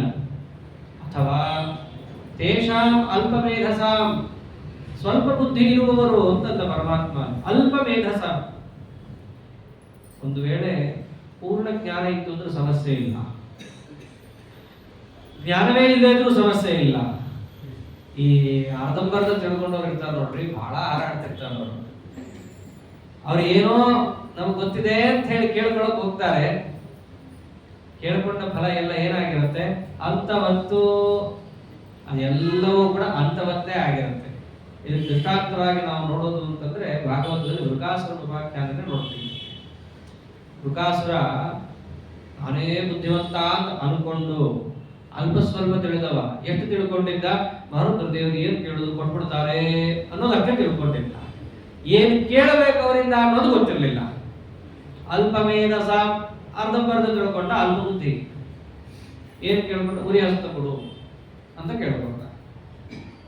ಅವನು ಅಂತವನೇ, ಯಾರು ಕೇಳಿದ್ರು ಈ ಕೈ ಹಿಡ್ಕೊಂಡಿದ್ದ, ನೀ ಏನ್ ಕೇಳ್ತೆ ಈಗ ಕೊಡ್ತಿತ್ತು ಅಕ್ಮೋಷ್ಟೇ ಆಗಿದೆ. ಏನ್ ಮಾಡ್ತಾವ ಇದೇ ರುದ್ರೋ ರುದ್ರಿಯಮ್ಮ ಹಿತ್ವಂ, ದೇವರೇ ಹೇಳ್ಕೊಡಿಸಿದ್ದಾನೆ, ಯಾರೇ ಬರಲಿ ಕೊಡು. ಸಾತ್ವಿಕರು ಬಂದ್ರೆ ಅವ್ರಿಗೆ ಅನುಗ್ರಹ ಮಾಡಿಕೊಡು, ತಾಮಸರು ಬಂದ್ರೆ ಅವ್ರಿಗೂ ಕೊಡು, ಬೈಲ್ ಕೊಡು ಅಷ್ಟೇ. ಭರತ ದೇವರು ಕೊಡು, ಉರಿ ಅರ್ಥ ಕೊಟ್ರು, ತಗೊಂಡ, ಮಾಡಿದ್ದೇನು ಅವ್ರ ತಲೆ ಮೇಲೆ ಇಡ್ತೀವಿ. ಅಲ್ಪವೇದಸ, ಯಾರು ಎದುರಿಗೆ ಬಂದಿದ್ದಾರೆ ಅನ್ನೋದು ಗೊತ್ತಿಲ್ಲ. ಪರಮಾತ್ಮನ ದಿವ್ಯ ವಿಭೂತಿ ರೂಪ ಸಂಪನ್ನರು ಭರತ ದೇವರಂದ್ರು ಸಾಮಾನ್ಯ ಅಲ್ಲ. ಅವ್ರು ಬಂದಾಗ ಅವ್ರ ತಲೆ ಮೇಲೆ ಇಡ್ಲಿಕ್ಕೆ ಅಂತ ಹೋಗಿತ್ತು. ಕಡೆಗೆ ಆಮೇಲೆ ಪರಮಾತ್ಮನೇ ಬಂದು ರಕ್ಷಣೆ ಮಾಡ್ದ, ಚಮತ್ಕಾರದಿಂದ ಮಾತಾಡಿ ಅವನ ತಲೆ ಮೇಲೆ ಅವನಿಗೆ ಇಡೋಂಗ್ ಮಾಡಿ ಏನ್ ತೋರಿಸ್ದ, ಬೇರೆ ದೇವತೆಗಳನ್ನ ನೀವೇನಾದರೂ ಫಲವನ್ನ ಕೇಳಿದ್ರೆ ಅವರಿಂದ ಬಂದಂತಹ ವರ ಎಲ್ಲವೂ ಕೂಡ ಅಂತವತ್ತು, ಎಲ್ಲವೂ ಅಂತ್ಯವೇ. ಅದೇ ರುದ್ರದೇವರು ಮಾರ್ಕಂಡೇಯರಿಗೂ ಚಿರಂಜೀವಿತ್ವ ಕೊಟ್ಟಿದ್ರೆ ಅದೇನಾಗ್ಲಿಲ್ವಲ್ಲ ಅಂತಂದ್ರೆ ಅದಕ್ಕಂದ್ರು ಅಲ್ಪಮೇಧಸ. ಅವ್ರು ಅಲ್ಪಮೇಧಸ್ಕರ ಅಲ್ಲ, ಅವರು ಮಾರ್ಕಾಂಡೇಯರಿದ್ದಾರಲ್ಲ, ಅವ್ರು ಅಲ್ಪ ಸ್ವಲ್ಪ ತಿಳಿದವರಲ್ಲ. ಅವ್ರು ಏನು ಕೇಳಬೇಕೋ ಅದನ್ನೇ ಕೇಳಿದಾರ. ಅವ್ರು ಕೇಳಿದ್ದೇನು, ಭಗವತಿ ಅಚಂಚಲ ಭಕ್ತಿ ತತ್ಪರೇಶು ತಥಾ ತ್ವಯಿ. ದೇವರು ಕೇಳಿದ್ದದು ಅವರು ಭಗವಂತರಲ್ಲಿ ಅಚಂಚಲವಾದ ಭಕ್ತಿ ಕೊಡ್ರಿ. ಆಮೇಲೆ ತತ್ಪರೇಶು, ಅವರನ್ನೇ ಪರ ಸರ್ವೋತ್ತಮ ಅಂತ ಸಮರ್ಥನ ಮಾಡುವ ಬ್ರಹ್ಮದೇವರು, ವಾಯುದೇವರು, ಭಾರತೀಯ ಸರಸ್ವತಿಯವರು, ಮಹಾಲಕ್ಷ್ಮೀ ದೇವಿ, ಅವರಲ್ಲಿ ಭಕ್ತಿ ಕೊಡ್ರಿ. ಆಮೇಲೆ ನಿಮ್ಮಲ್ಲಿ ಭಕ್ತಿ ಕೊಡ್ರಿ. ಇದು ಅಲ್ಪಮೇಧಸ್ಸಲ್ಲ. ಆದ್ದರಿಂದ ಅವ್ರು ಕೇಳಿದ ಫಲ ಮಾರುತ ದೇವರಿಂದಲೇ ಬಂದಿದ್ರು ಕೂಡ ಅದೇನಾಗ್ಲಿಲ್ಲ, ಅಂತವತ್ ಆಗಲಿಲ್ಲ. ಅಲ್ಲಿ ಅವರು ಉದ್ದೇಶ ಇಟ್ಕೊಂಡಿದ್ದು ಕೂಡ ಮಾರುತ ದೇವರನ್ನು ಅಲ್ಲ. ಅವರಿಗೆ ಗೊತ್ತಿದೆ ಫಲವನ್ನ ಕೊಡೋರು ಇವರಲ್ಲ. ಫಲ ಯಾರು ಕೊಡೋರು? ಓಂ ಫಲವದ ಉಪಪತ್ತೇ. ಓಂ ಏನೇ ಫಲವನ್ನ ಪಡೆದರೂ ಕೂಡ ಅದನ್ನು ಕೊಡುವ ಪ್ರಭು ಯಾರು? ಶ್ರೀಹರಿನೇ. ಒಂದೊಂದು ದ್ವಾರ ಅವನು ಅನುಗ್ರಹ ಮಾಡ್ತಾ ಇರ್ತಾನೆ. ಗುರುಗಳಿಂದ ಜ್ಞಾನವನ್ನು ಕೊಡಿಸಿದ್ರು ಅಂತಂದ್ರೆ ಗುರುಗಳ ಒಳಗೆ ನಿಂತು ಯಾರು ಕೊಡಿಸಿದ್ದು? ಪರಮಾತ್ಮನೇ. ತಂದೆ ತಾಯಿಗಳ ಮೂಲಕ ಜನ್ಮ ಬಂತು ಅಂತಂದ್ರೆ ಅವರ ಒಳಗೆ ನಿಂತು ಜನ್ಮ ಕೊಡಿಸಿದವನು ಯಾರು? ಇವನೇ. ಆದ್ದರಿಂದ ಭಕ್ತರ ಚಿಂತನೆ, ಪರಮಾತ್ಮನಲ್ಲಿ ಪ್ರಪನ್ನರಾದವರ ಚಿಂತನೆ ಹೇಗಿರುತ್ತೆ ಅಂತಂದ್ರೆ ಹೀಗಿರುತ್ತೆ. ಯಾರು ಅಲ್ಪಮೇಧಸ್ಗಳಿರ್ತಾರಲ್ಲ, ಮೇಲ್ನೋಟಕ್ಕೆ ಏನು ಕಾಣಿಸ್ತೋ ಅಷ್ಟೇ ತಿಳ್ಕೊಂಡು ಹಾಗೆ ನಡೆಯೋಣ ಅಂತ ಹೇಳಿ ದೇವತೆಗಳನ್ನ ಯಾರು ಭಜನೆಯನ್ನು ಮಾಡ್ತಾರೋ ದೇವತೆಗಳು ಅವರಿಗೆ ಫಲವನ್ನು ಕೊಡ್ತಾರೆ ಪರಮಾತ್ಮನಿಂದ ಪ್ರೇರಿತರಾಗಿ. ಆದ್ರೆ ಆ ಫಲ ಹೇಗಿರುತ್ತೆ? ಅಂತವತ್ತು ದೇವರನ್ನ ಮರೆತು ದೇವತೆಗಳನ್ನ ಕೇಳಿದಾಗ ಬರುವ ಫಲ ಅಂತವದು. ಇಷ್ಟು ತಾತ್ಪರ್ಯ. ಆದ್ದರಿಂದ ಪರಮಾತ್ಮ ಅಂದ ದೇವಾನ್ ದೇವಯಜೋ ಯಾಂತಿ. ಯಾರು ಬರೀ ದೇವತೆಗಳನ್ನೇ ಯಜಃ ಪೂಜೆಯನ್ನ ಮಾಡಿ ಅವರಿಂದ ಫಲವನ್ನು ಪಡಿತಾರಲ್ಲ, ಅವ್ರು ಎಲ್ಲಿಗೆ ಹೋಗ್ತಾರೆ? ಬರೀ ದೇವಾನ್ ಅವರನ್ನು ಮಾತ್ರ ಪಡಿತಾರೆ. ಅದರ ಮದ್ಭಕ್ತ ಯಾಂತಿ ಮಾಂ ಅಪಿ. ನನ್ನ ಭಕ್ತರು ನನ್ನನ್ನೂ ಪಡಿತಾರೆ ಅಂತ. ಅಂದ್ರೆ ತೋರಿಸ್ತಾರೆ, ನೀನು ಬೇರೆ ದೇವತೆಗಳನ್ನ ಪೂಜೆ ಮಾಡಿದ್ರೆ ಅವ್ರು ಮಾತ್ರ ಬರ್ತಾರೆ, ನಾ ಬರಲ್ಲ. ಆಗ ನನ್ನನ್ನು ಪೂಜೆ ಮಾಡಿದ್ರೆ ಅಂತ ಇಟ್ಕೋ, ಅವಾಗ ನಾನೂ ಬರ್ತೀನಿ. ಅಂದ್ರೇನು? ಅವರು ಬರ್ತಾರೆ, ನಾನು ಬರ್ತೀನಿ. ಅಂದ್ರೆ ಏನ್ ತಿಳಿಸ್ತಾನೆ? ಪರಮಾತ್ಮನನ್ನ ಪೂಜೆ ಮಾಡೋದು ಕೂಡ ಒಂದು ಕ್ರಮವತ್ತಾಗಿ ಮಾಡಬೇಕು. ನಾರಾಯಣ ದೇವರ ಪೂಜೆ ಮಾಡೋದು ಸೀದು ಹೋಗಿ ನಾರಾಯಣ ದೇವರು ಮಾಡೋದಲ್ಲ. ಮಿಕ್ಕ ಅವನ ಪರಿವಾರ ದೇವತೆಗಳೆಲ್ಲರನ್ನೂ ಸೇರಿಸಿಕೊಂಡು ಮಾಡಲೇಬೇಕು. ಅದೇ ಪರಮಾತ್ಮನ ಪೂಜಾ ಅಂತಂದ್ರೆ. ಅದಕ್ಕೆ ಪರಿವಾರತೆಯ ಗ್ರಾಹ್ಯ ಅಪಿಹೇಯ ಪ್ರಧಾನತಃ. ಬ್ರಹ್ಮದೇವರನ್ನು ಪೂಜೆ ಮಾಡಬಾರದು ಅಂತ ಸರ್ವಥಾ ಮಾಡಲೇಬೇಕು. ರುದ್ರದೇವರನ್ನು ಪೂಜೆ ಮಾಡಲೇಬೇಕು. ಪ್ರತಿನಿತ್ಯ ಮಾಡ್ತೀವಿ ಪೀಠ ಪೂಜೆಯಲ್ಲಿ. ಮಾಡಲಿಲ್ಲ ಅಂದ್ರೆ ಪೂಜೆನೇ ಮುಗಿಯಲ್ಲ. ವೈರಾಗ್ಯಾಧಿಪತಿ, ಅವೈರಾಗ್ಯಾಧಿಪತಿ, ಧರ್ಮಾಧಿಪತಿ, ಅಧರ್ಮಾಧಿಪತಿ, ಐಶ್ವರ್ಯ ಅನೈಶ್ವರ್ಯ, ಜ್ಞಾನ ಅಜ್ಞಾನ ಇವರೆಲ್ಲ ಮಾಡಲೇಬೇಕು ಪೀಠ ಪೂಜಾ. ಮಾಡದಿದ್ರೆ ಏನಾಗುತ್ತೆ? ಅಪೂಜಿತಾ ಅಧರ್ಮ ಅದೇ ದಾತಾರಸ್ಥೆ ತಥಾವಿಧ. ನಿತ್ಯ ಮನೆಯಲ್ಲಿ ಪೂಜೆ ಮಾಡ್ತಿದೀವ್ರಿ, ಆದ್ರೆ ನಮ್ಮ ಮನೆಯಲ್ಲಿ ಯಾವ ಧರ್ಮಾನುಷ್ಠಾನನೇ ಆಗ್ತಿಲ್ಲ ಅಂತ ಬಹಳ ಕಷ್ಟ ಆಗ್ತದೆ ಮಾಡಕ್ಕೆ. ಯಾಕೆ? ಅವನು ಪರಮಾತ್ಮನ ಪೂಜೆಯನ್ನ ಸರಿಯಾದ ಕ್ರಮದಲ್ಲಿ ಮಾಡ್ತಿಲ್ಲ. ಆ ಪೀಠ ಪೂಜೆಯಲ್ಲಿ ಬರುವ ಧರ್ಮ ಅಧರ್ಮ, ಐಶ್ವರ್ಯ ಅನೈಶ್ವರ್ಯ, ಜ್ಞಾನ ಅಜ್ಞಾನ, ವೈರಾಗ್ಯ ಅವೈರಾಗ್ಯ ಇವರೆಲ್ಲ ಪೀಠ ದೇವತೆಗಳಾಗಿ ಅವರೇ ಇರ್ತಾರೆ. ಗರುಡ, ವ್ಯಾಸದೇವ, ದುರ್ಗಾ, ಸರಸ್ವತಿ, ಕಾಮ, ರುದ್ರ ಇವರೆಲ್ಲರೂ ಕೂಡ ಅಲ್ಲೇ ಬರೋರೆ. ಅವ್ರನ್ನೆಲ್ಲರನ್ನೂ ಬಿಟ್ಬಿಟ್ಟು ನೀವು ದೇವರನ್ನ ಪೂಜೆ ಮಾಡ್ತೀರಿ ಅಂತಂದ್ರೆ ದೇವರೇ ಯಾಕೆ ಮೆಚ್ತಾನೆ? ಒಂದು ಮನೆಗೆ ಇನ್ವಿಟೇಷನ್ ಕೊಡಕ್ಕಂತ ಹೋಗೋದು. ಹೋದಾಗ ಬರೀ ನೀವು ನಿಮ್ಮ ಮನೆಯವರು, ಅವ್ರಿಗೆ 16 ಜನ ಮಕ್ಕಳು ಇರ್ತಾರೆ, ಅವ್ರಿಗೇನು ಇಲ್ಲೇ ಇಲ್ಲ. ನಿಮ್ಮ ಮಕ್ಕಳು ನೀವು ಬನ್ರಿ ಸಾಕು ನಮ್ಗೆ ಅಂತಂದ್ರೆ ನಾನು ಬರಲ್ಲ, ಅವ್ರು ಬರಲ್ಲ, ಹೋಗಿ ಬಂದ್ಬಿಡ್ತಾರೆ. ಲೋಕದಲ್ಲೇ ಇದೆಯಲ್ಲ ಆ ನಿಯಮ. ಹಾಗೆ ಪರಮಾತ್ಮನ ಪೂಜಾ ಅಂತಂದ್ರೆ ಅವನು ಎಂಥ ಕುಟುಂಬ? ನಮೋ ವಿಶ್ವ ಕುಟುಂಬಿನೇ. ಅಂಥ ದೊಡ್ಡ ಕುಟುಂಬ ಅವನು. ಆ ಕುಟುಂಬವನ್ನು ಬಿಟ್ಟು ಅವನನ್ನ ಅರ್ಚನೆ ಮಾಡ್ತೀನಿ ಅಂತಂದ್ರೆ ಪರಮಾತ್ಮ ಕಣ್ಣೆತ್ತು ನೋಡಲ್ಲ. ಆದ್ದರಿಂದ ಪರಮಾತ್ಮನ ಭಕ್ತರು ಅಂತಂದ್ರೆ ಅವ್ರು ಯಾರು ಭಕ್ತರಾಗಿರ್ಬೇಕು? ಎಲ್ಲಾ ದೇವತೆಗಳ ಭಕ್ತರು ಹಾಗೆ ಇರಲೇಬೇಕು. ಅದಕ್ಕೆ ಏನಂದ? ಮದ್ಭಕ್ತ ಯಾಂತಿ ಮಾಂ ಅಪಿ. ನನ್ನ ಭಕ್ತರು ನನ್ನನ್ನೂ ಹೊಂದುತ್ತಾರೆ. ನನ್ನನ್ನೂ ಯಾಕಂದ? ನನ್ನನ್ನೇ ಕಡೆಗೆ ಹೊಂದುತ್ತಾರೆ. ಬೇರೆ ದೇವತೆಗಳ ಮೂಲಕವಾಗಿ ಅವರೆಲ್ಲರನ್ನೂ ಹೊಂದಿ ಕಡೆ ನನ್ನನ್ನು ಹೊಂದುತ್ತಾರೆ. ಬಹಳ ಸ್ವಾರಸ್ಯವಾಗಿ ಮಾತಾಡಿದ್ದಾನೆ ಪರಮಾತ್ಮ. ಆದ್ದರಿಂದ ಬೇರೆ ದೇವತೆಗಳನ್ನೇ ಪ್ರಧಾನವಾಗಿ ಅಲ್ಪ ಸ್ವಲ್ಪ ಬುದ್ಧಿಯಿಂದಾಗಿ ಅವರ ಹತ್ರ ವರವನ್ನ ಬೇಡಿ, ಆ ಅಲ್ಪ ಸ್ವಲ್ಪ ವರದಿಂದಲೇ ಜೀವನ ಸಾಗಿಸಬೇಡ್ರಿ. ಅಂದ್ರೆ ಪರಮಾತ್ಮೆಯಲ್ಲಿ 3 ಅಂಶ ಹೇಳಿ ಕೊಟ್ಟಿದ್ದಾನೆ. ಜ್ಞಾನಿ ಹೇಗಿರ್ತಾನೆ ಅಂತ ಒಂದು ತಿಳಿಸ್ತಾನೆ. ಆಮೇಲೆ ಅಲ್ಪಜ್ಞಾನಿ ಅಲ್ಪಮೇಧಸ ಅವ್ರು ಹೇಗಿರ್ತಾರೆ ಅಂತ ತಿಳಿಸ್ತಾನೆ. ಇನ್ಯಾರನ್ನ ತಿಳಿಸ್ಬೇಕು? ಜ್ಞಾನ ಅಲ್ಪಜ್ಞಾನ ಜ್ಞಾನನೇ ಇಲ್ಲ, ಅವ್ರು ಹೇಗಿರ್ತಾರೆ ಅದನ್ನ ಹೇಳ್ತಾರೆ. ಅವ್ಯಕ್ತಂ ವ್ಯಕ್ತಿ ಮಹಾಪನ್ನಂ ಮನ್ಯಂತೆ ಮಾಂ ಅಬುದ್ಧಯಃ ಪರಂ ಭಾವಮಜಾನಂತೋ ಮಮಾವ್ಯಯಮನುತ್ತಮಂ. ಕೆಲವರು ಇರ್ತಾರೆ ಅಲ್ಪಜ್ಞಾನಿಗಳಿಗಿಂತ ಹೋಪ್ಲೆಸ್ ಅವರು. ಅಜ್ಞಾನಿಗಳು ಅಬುದ್ಧಯ, ಬುದ್ಧಿನೇ ಇಲ್ಲದಿರೋರು ಅಂತ. ಅವ್ರು ಹೇಗಿರ್ತಾರೆ?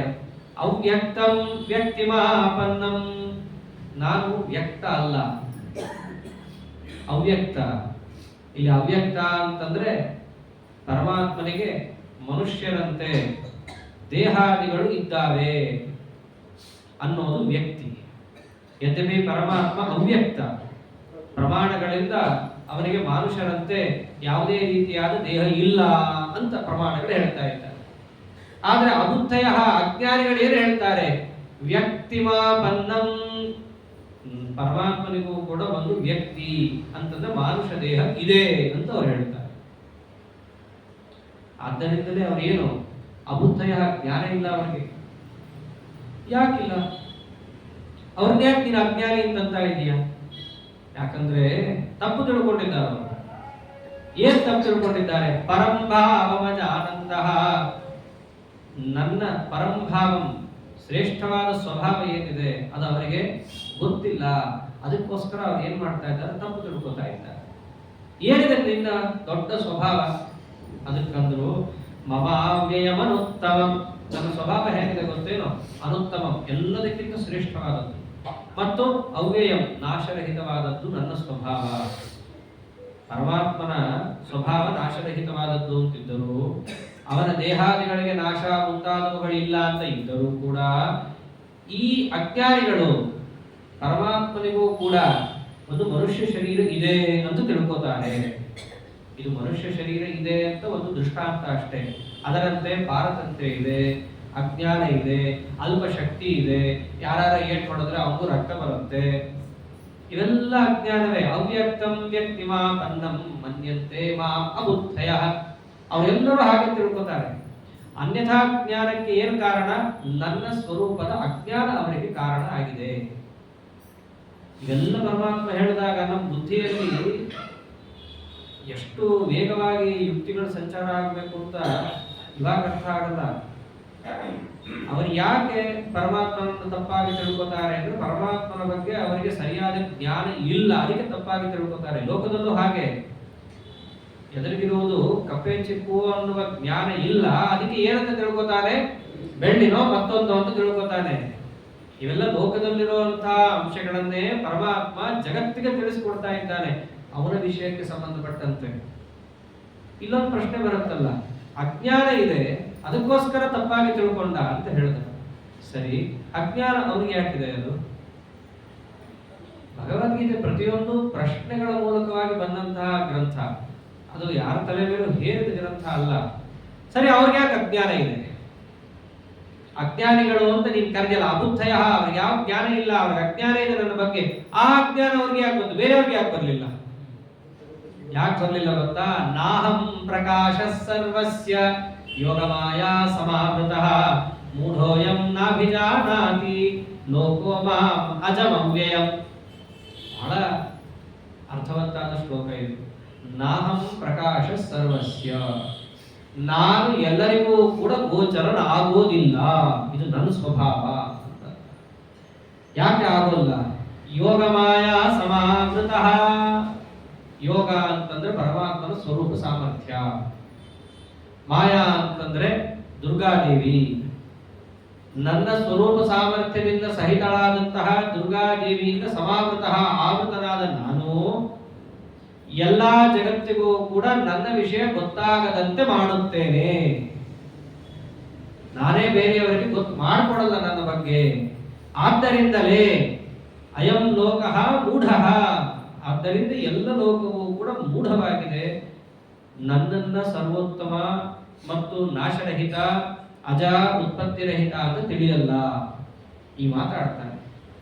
ನನ್ನ ಬಗ್ಗೆ ಎಲ್ಲರಿಗೂ ನಾನೇ ಜ್ಞಾನವನ್ನು ಉಂಟು ಮಾಡಿ ಕೊಡಲ್ಲ. ಯಾಕೆ? ನನ್ನ ಮೇಲೆ ಒಂದು ಕವರ್ ಹಾಕೊಂಡಿದ್ದೀನಿ ನಾನು. ಯಾರಿದ್ದಾಳೆ ಮಧ್ಯದಲ್ಲಿ? ಕವರ್ ಅನ್ನೋದಕ್ಕಿಂತ ಪರದೆ ಅಂತ ಇಟ್ಕೊಳ್ರಿ.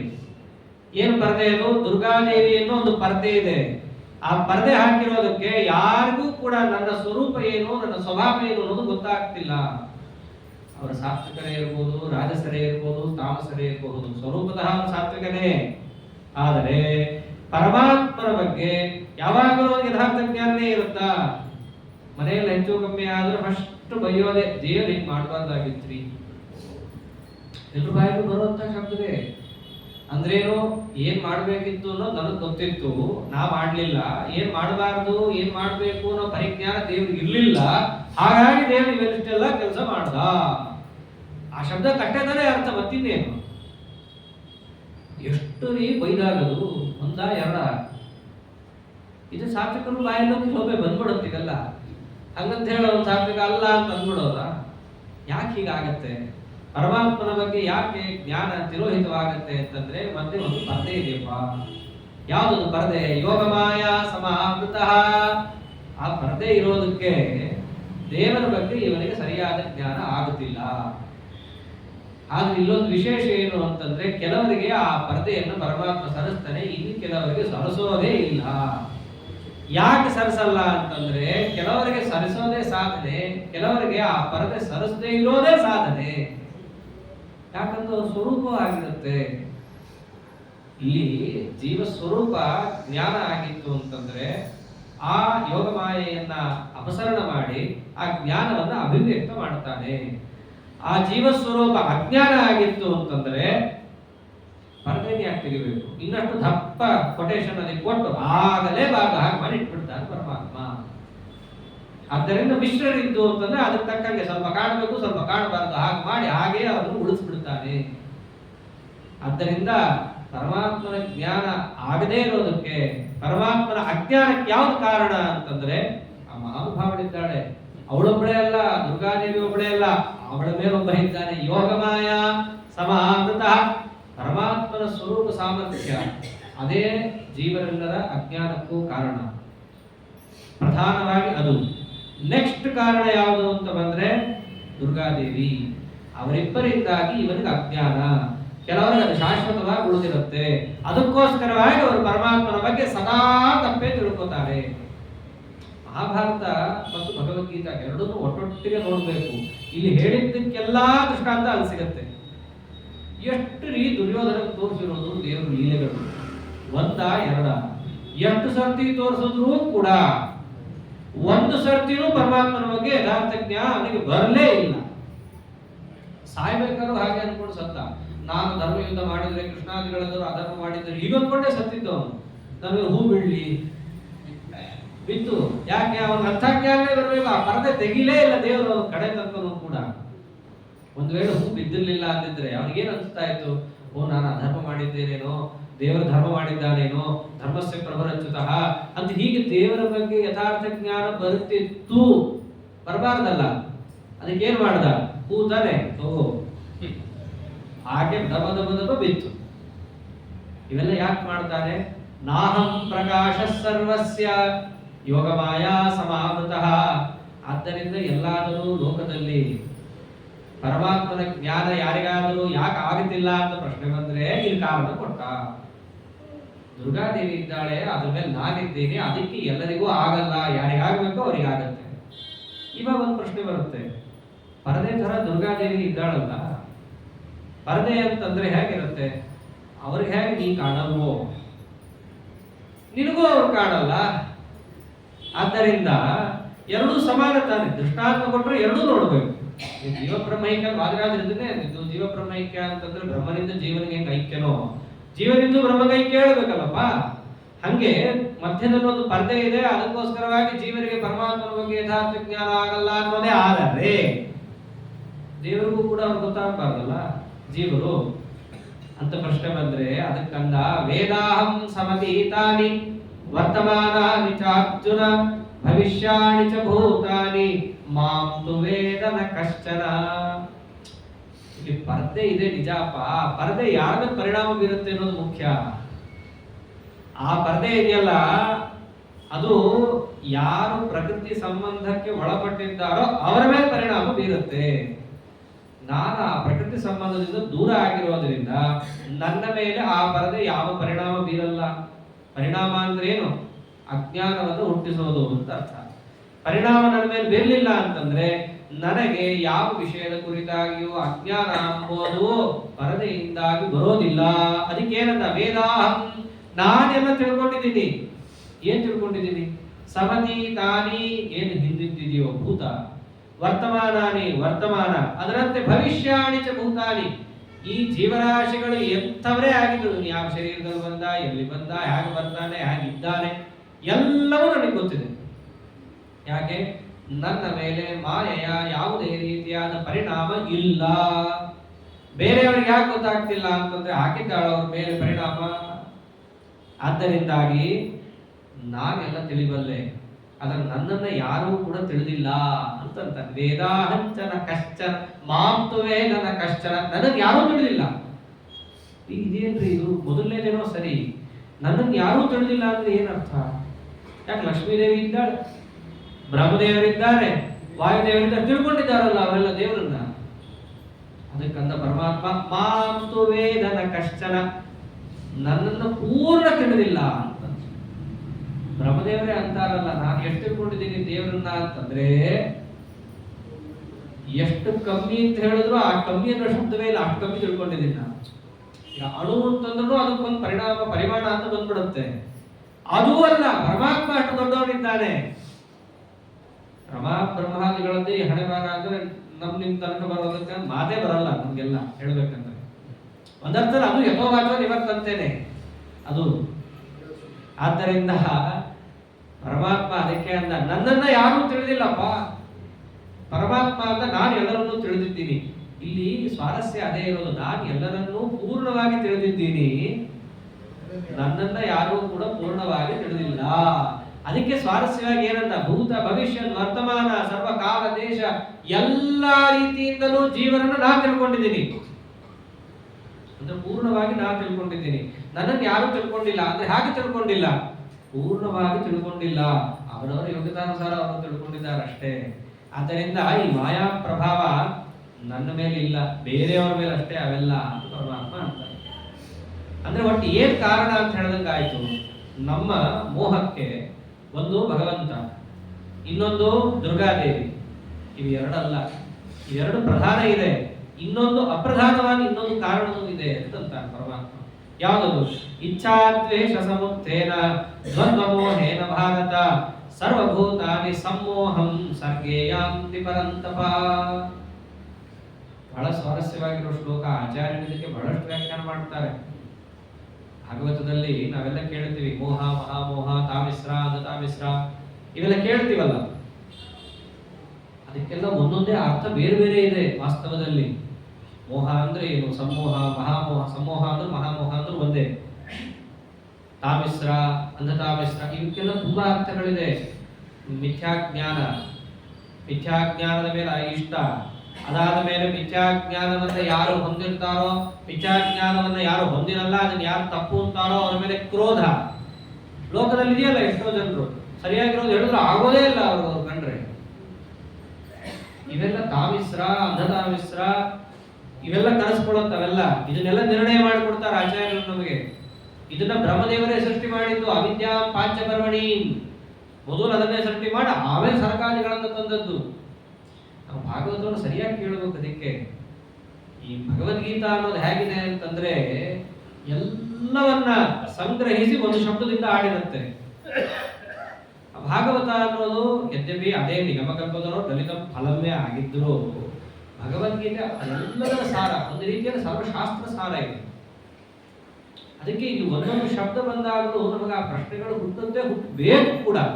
ಹೇಳಿದ್ದಾರೆ ಕೇಳಿದ್ದು ಹೋಗ್ತೀವಿ ಬಿಡು ಅಂತ ಆಗಲ್ಲ.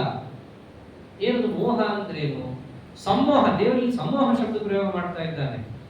ಏನೋ ಸಾಮಾನ್ಯ ಕವಿಗಳಂತೆ ಶಬ್ದಗಳ ಕೊರತೆಯಿಂದಾಗಿ ಈ ಶಬ್ದ ಆಡಿದಾನೆ ಅಂತ ಆಗಲ್ಲ. ಅದು ಇಲ್ಲಷ್ಟೇ ಇಲ್ಲ, ಚ ತು ಅನುವ್ಯಾಖ್ಯಾನದಲ್ಲಿ ಆಚಾರ್ಯರಾಡಿರೋ ಒಂದೊಂದು ಅಕ್ಷರಕ್ಕೆ ಟೀಕಾರಾಯರು ಅಷ್ಟು ಅಭಿಪ್ರಾಯ ಇಟ್ಕೊಂಡು ಮಾತಾಡಿದರೆ ಪರಮ ಗಂಭೀರನಾದ ಆಚಾರ್ಯರು ಅಂತಾರೆ. ಇವರು ಅವರಪ್ಪ, ಇವರಿನ್ನೆಷ್ಟು ಅಭಿಪ್ರಾಯ ಇಟ್ಕೊಂಡು ಮಾತಾಡಿರ್ತಾರೆ. ಆದ್ದರಿಂದ ಅದಕ್ಕೆ ಆಚಾರ್ಯರು ಅಷ್ಟು ವಿವರಣೆಯನ್ನು ಕೊಡ್ತಾರೆ, ಯಾಕಂದ ಪರಮಾತ್ಮ ಹಾಗೆ ಅಂತ ಹೇಳಿ.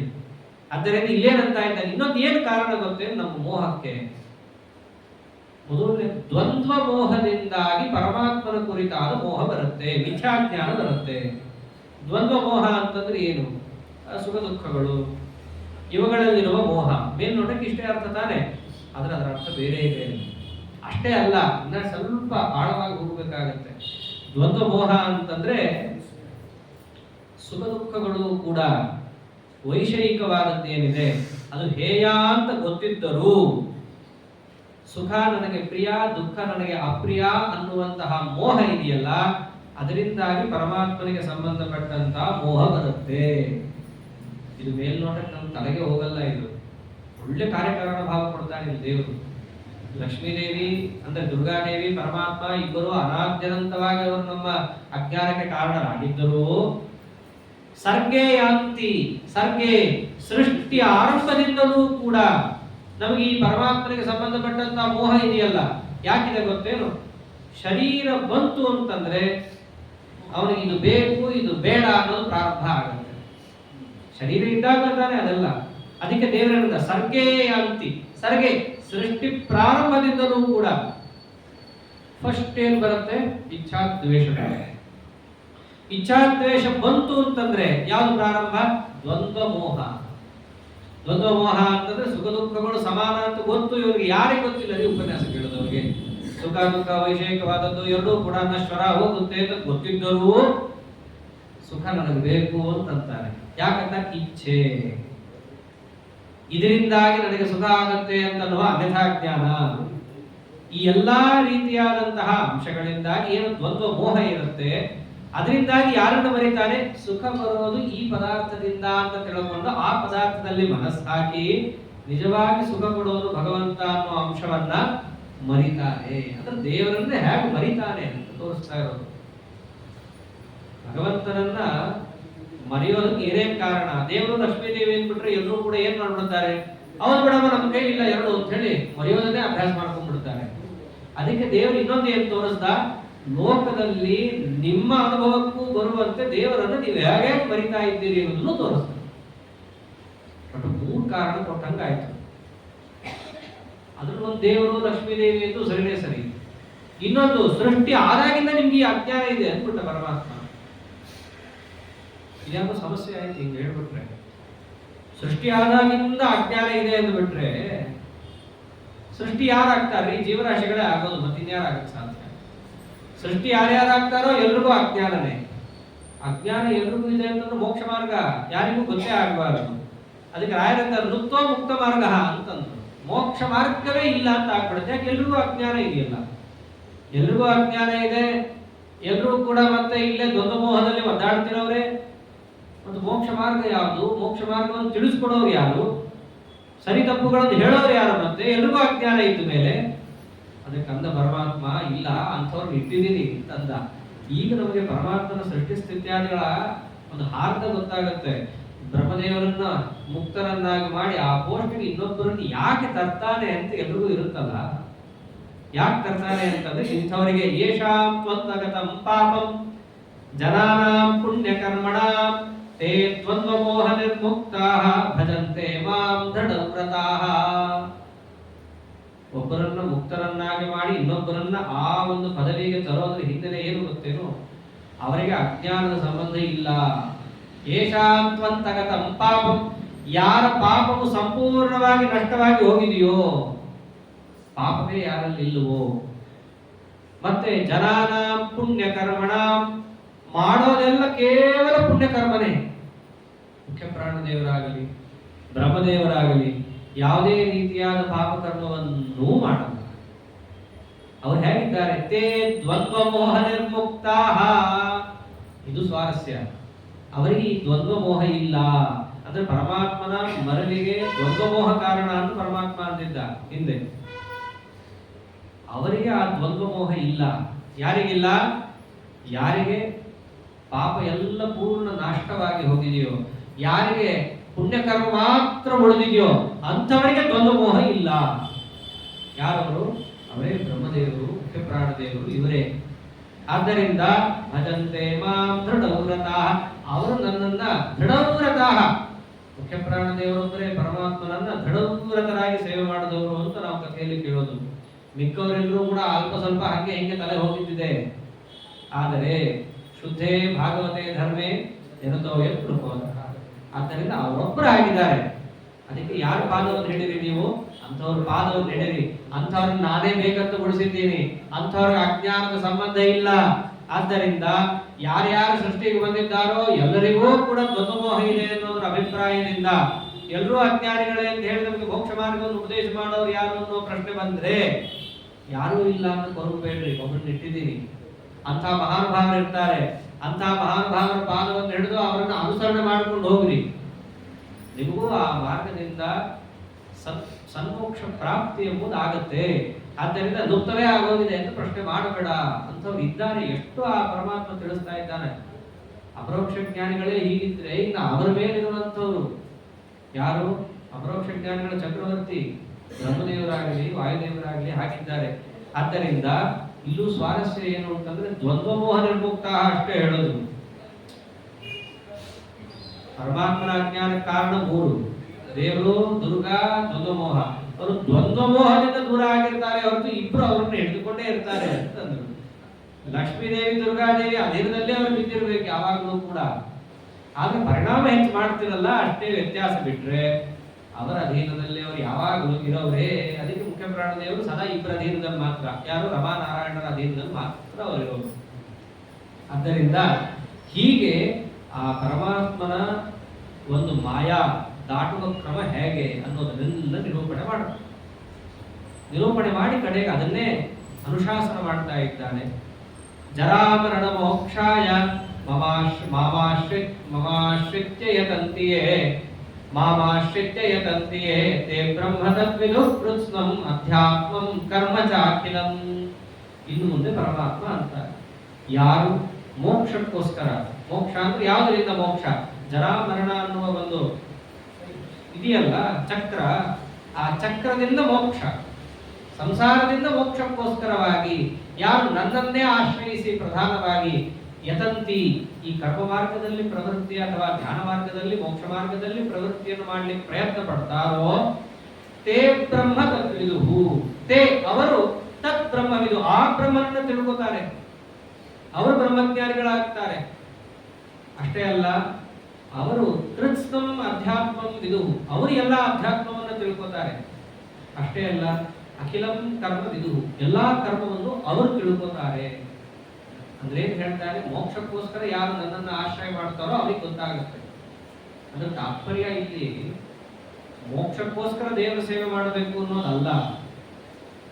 ಸೇವೆ ಮಾಡುವ ಹಿನ್ನೆಲೆಯಲ್ಲಿ ಒಂದು ವೇಳೆ ಏನಾದರೂ ಕೇಳ್ಕೊಳ್ಳೋದೇ ಆದರೆ ಮೋಕ್ಷವನ್ನು ಕೇಳ್ಕೊಳ್ಳಿ ಅನ್ನೋದು ಉದ್ದೇಶವೇ ಹೊರತು ಮೋಕ್ಷಕ್ಕೋಸ್ಕರ ದೇವರನ್ನ ಸೇವೆ ಮಾಡೋದಲ್ಲ. ಅಂದಿದ್ದಾರಲ್ಲ, ಒಂದು ವೇಳೆ ಕೇಳ್ಕೊಳ್ಳೋದೇ ಆದರೆ ಆಡಿದರೆ ಎನ್ನೊಡೆಯನು ಆಡುವುದು. ಅಲ್ಲಿ ಚಲಿಗೆಲ್ಲ ನಾನು ಬೇಡಲ್ಲ ದೇವರನ್ನ, ಆಡಿದರೆ ಎನ್ನೊಡೆಯನ ಹಾಡುವೆ, ಬೇಡಿದರೆ ಎನ್ನೊಡೆಯನ ಬೇಡುವೆ ಅಂದ್ರೇನು? ನನ್ನ ಅಭೀಷ್ಟಗಳು ಲೌಕಿಕ ಕಾಮನೆಗಳನ್ನು ಪೂರ್ಣಗೊಳಿಸೋದಕ್ಕೋಸ್ಕರ ದೇವರನ್ನು ಕೇಳೋದೇ ಇಲ್ಲ ನಾನು. ಒಂದು ವೇಳೆ ಬೇಡಿದರೆ ಯಾರನ್ನ ಬೇಡ್ತೀನಿ? ಎನ್ನೊಡೆಯನ ಬೇಡುವೆ, ಯಾರ್ಯಾರನ್ನು ಬೇಡಲ್ಲ ನಾನು ಅಂತಂತಾರೆ. ಹಾಗೆ ಪರಮಾತ್ಮನನ್ನ ನೀವು ಬೇಡಿದರೆ ಒಂದು ವೇಳೆ ಏನನ್ನ ಬೇಡ್ರಿ? ಮೋಕ್ಷವನ್ನು ಬೇಡ್ರಿ, ಬೇರೆದೆಲ್ಲ ಕೇಳ್ಕೊಳ್ಳೋಕೆ ಹೋಗ್ಬೇಡ್ರಿ. ಈ ಅಭಿಪ್ರಾಯದಿಂದ ಪರಮಾತ್ಮ ಏನಂದ? ಜರಾಮರಣ ಮೋಕ್ಷಾಯ, ಮೋಕ್ಷಕ್ಕೋಸ್ಕರವಾಗಿ ನನ್ನನ್ನ ಯಾರು ಭಜನೆ ಮಾಡ್ತಾನೋ, ಭಜನೆ ಮಾಡಲಿಕ್ಕೆ ಪ್ರಯತ್ನ ಪಡ್ತಾನೋ ಅವನು ಬ್ರಹ್ಮವಿದುಹು, ಅವನು ಬ್ರಹ್ಮಜ್ಞಾನಿ ಆಗ್ತಾನೆ ಅಂತ ಏನ್ ಹೇಳ್ತಿದ್ದಾರೆ? ಒಂದೇ ಮಾತನ್ನು ಹೇಳೋದು, ಕೆಲಸ ಮಾಡಪ್ಪ ಅಂತ ಇದ್ದಾನೆ ದೇವರಷ್ಟೇ. ಬರೀ ಕೇಳಿ ಹೋಗೋದಲ್ಲ, ಕೇಳಿದಾಗ ಒಂಚೂರು ಕೆಲಸ ಮಾಡು ಅಂತ ಇದ್ದಾನೆ ಅಷ್ಟೇ.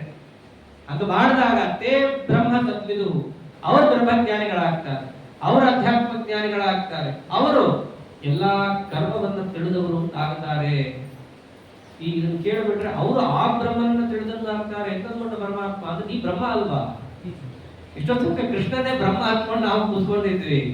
ದೇವರೇನಂದ್ಬಿಟ್ಟ ಅವರು ಆ ಬ್ರಹ್ಮನನ್ನು ತಿಳ್ಕೋತಾರೆ ಅಂದ್ಬಿಟ್ರು. ಅದಕ್ಕೆ ದೇವರಲ್ಲ ಆ ಬ್ರಹ್ಮ ಈ ಬ್ರಹ್ಮ ಎಲ್ಲ ಒಂದೇಪ್ಪ ಅಂತಂದ. ಸಾಧಿಭೂತಾದಿ ದೈವಂ ಮಾಂ ಸಾಧಿಯಜ್ಞಂಚಯೇ ವಿದು ಪ್ರಯಾಣ ಕಾಲೇ ಪಿಚ ಮಾಂ ತೇ ವಿದುರ್ಯುಕ್ತ ಚೇತಸಃ. ಅಧಿಭೂತ ಅಧಿದೈವದಿಂದ ಕೂಡಿದ ಅಧಿಯಜ್ಞ ರೂಪಗಳು ಅಂತ ಪರಮಾತ್ಮನದ್ದೇನೇನಿದೆ ಅದೆಲ್ಲವನ್ನೂ ಕೂಡ ಅವರು ತಿಳಿತಾರೆ. ಯಾರು ಪರಮಾತ್ಮನ ಮಾರ್ಗದಲ್ಲಿ ಸಾಗುತ್ತಾರೋ ಅವರು ಇವೆಲ್ಲ ಅರ್ಥ ಮಾಡ್ಕೋತಾರೆ.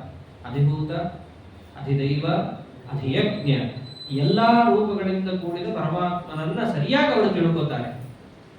ಅಷ್ಟೇ ಯಾಕೆ, ಪ್ರಯಾಣ ಕಾಲೇ ಪಿಚಮಾಂ, ಪ್ರಯಾಣ ಕಾಲದಲ್ಲೂ ಕೂಡ ಮಾಂ ವಿದುಹು, ನನ್ನನ್ನು ತಿಳ್ಕೊಂಡು. ಪ್ರಯಾಣ ಕಾಲ ಅಂದ್ರೆ ಹೊರಡೋ ಕಾಲ. ಎಲ್ಲಿಂದ ಹೊರಡೋದು? ಉಪನ್ಯಾಸ ಬಂದ್ರೆ ಹೊರಡೋದಲ್ಲ. ಪ್ರಯಾಣ ಕಾಲ ಅಂತಂದ್ರೆ ಶರೀರ ಬಿಟ್ಟು ಹೊರಡೋದು. ಸತತಂ ಚಿಂತೆಯೇನಂದಂ ಅಂತಕಾಲೇ ವಿಶೇಷತಃ. ಪ್ರಯಾಣ ಕಾಲ ಅಂತಂದ್ರೆ ಶರೀರವನ್ನ ಈ ಜೀವ ಬಿಟ್ಟು ಹೊರಡೋ ಕಾಲ. ಸಾಮಾನ್ಯವಾಗಿ ಈ ಶರೀರಕ್ಕೆ ಪುರ ಅಂತ ಕರೀತಾರೆ. ಅದಕ್ಕೆ ಭಾಗವತದಲ್ಲಿ ಪುರಂಜನೋಪಾಖ್ಯಾನ ಅಂತ ಒಂದು ಬರುತ್ತೆ. ಈ ಪುರ ಬಿಟ್ಟು ಪ್ರಯಾಣ ಮಾಡುವಾಗ ನನ್ನನ್ನ ತಿಳಿತಾರೆ. ಯಾರು? ಯುಕ್ತ ಚೇತಸಃ, ಯಾರು ನನ್ನಲ್ಲೇ ಮನಸ್ಸಿಟ್ಟಿರ್ತಾರೋ ಅವರು ತಿಳ್ಕೊತಾರೆ, ಅಥವಾ ಪ್ರಯಾಣ ಕಾಲದಲ್ಲಿ ನನ್ನಲ್ಲಿ ಮನಸ್ಸಿಡ್ತಾರೋ ಅವರು ಅಂತಂದ ಪರಮಾತ್ಮ. ಅಂದ್ರೆ ಪರಮಾತ್ಮನ ಸ್ಮರಣೆ ಅಂತ್ಯಕಾಲದಲ್ಲಿ ಬರಬೇಕು. ಶುಕಾಚಾರ್ಯರು ಭಾಗವತದಲ್ಲಿ ಅದೇ ತಾನೇ ಹೇಳಿರೋದು, ಜನ್ಮ ಲಾಭ ಪರಪುಂಸಾಂ ಅಂತೆ ನಾರಾಯಣ ಸ್ಮೃತಿ. ಅವರು ಕಡೆಗಾಲದಲ್ಲಿ ನನ್ನನ್ನು ತಿಳ್ಕೊತಾರೆ.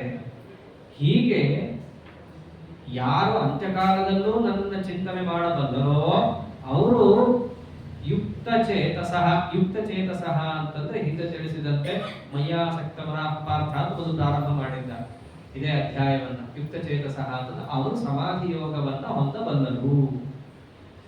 6ನೇ ಅಧ್ಯಾಯದಲ್ಲಿ ಆ ಧ್ಯಾನ ಯೋಗವನ್ನು ನಿಲ್ಲಿಸಿದ್ದ.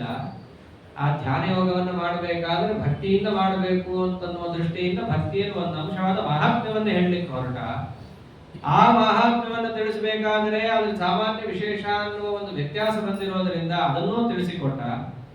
ಇದು ಎಲ್ಲರಿಗೂ ಅರ್ಥ ಆಗತ್ತಾ ಅಂತ ಬಂದಾಗ ಎಲ್ಲರಿಗೂ ಇದು ಅರ್ಥ ಆಗೋದಲ್ಲ ಅಂತ ತಿಳಿಸ್ದ.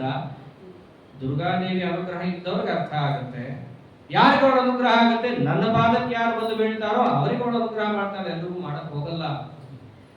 ಅದನ್ನೂ ಕೂಡ ಪರಮಾತ್ಮ ತಿಳಿಸಿ ಕಡೆಗೆ ಏನಂತ ಇದ್ದಾನೆ, 3 ಕಾರಣಗಳಲ್ಲಿ ದ್ವಂದ್ವಮೋಹವನ್ನ ಗೆದ್ದಂತಹ ಸಮಸ್ತ ಪುಣ್ಯ ಮೂರ್ತಿಗಳಾದಂತಹ ಮಹಾನುಭಾವನ ಮಾರ್ಗದರ್ಶನದಲ್ಲಿ ನೀವು ಸಾಗಿದಾಗ ಈ ಮಾರ್ಗ ಯಾವ ಧ್ಯಾನಯೋಗ, ಜ್ಞಾನಯೋಗ, ಭಕ್ತಿಯೋಗ ಅಂತೇಳಿ ಮೋಕ್ಷ ಮಾರ್ಗ ಇದೆ, ಅದರ ಜ್ಞಾನ ನಿಮಗೆ ಸರಿಯಾಗಿ ಆಗುತ್ತೆ.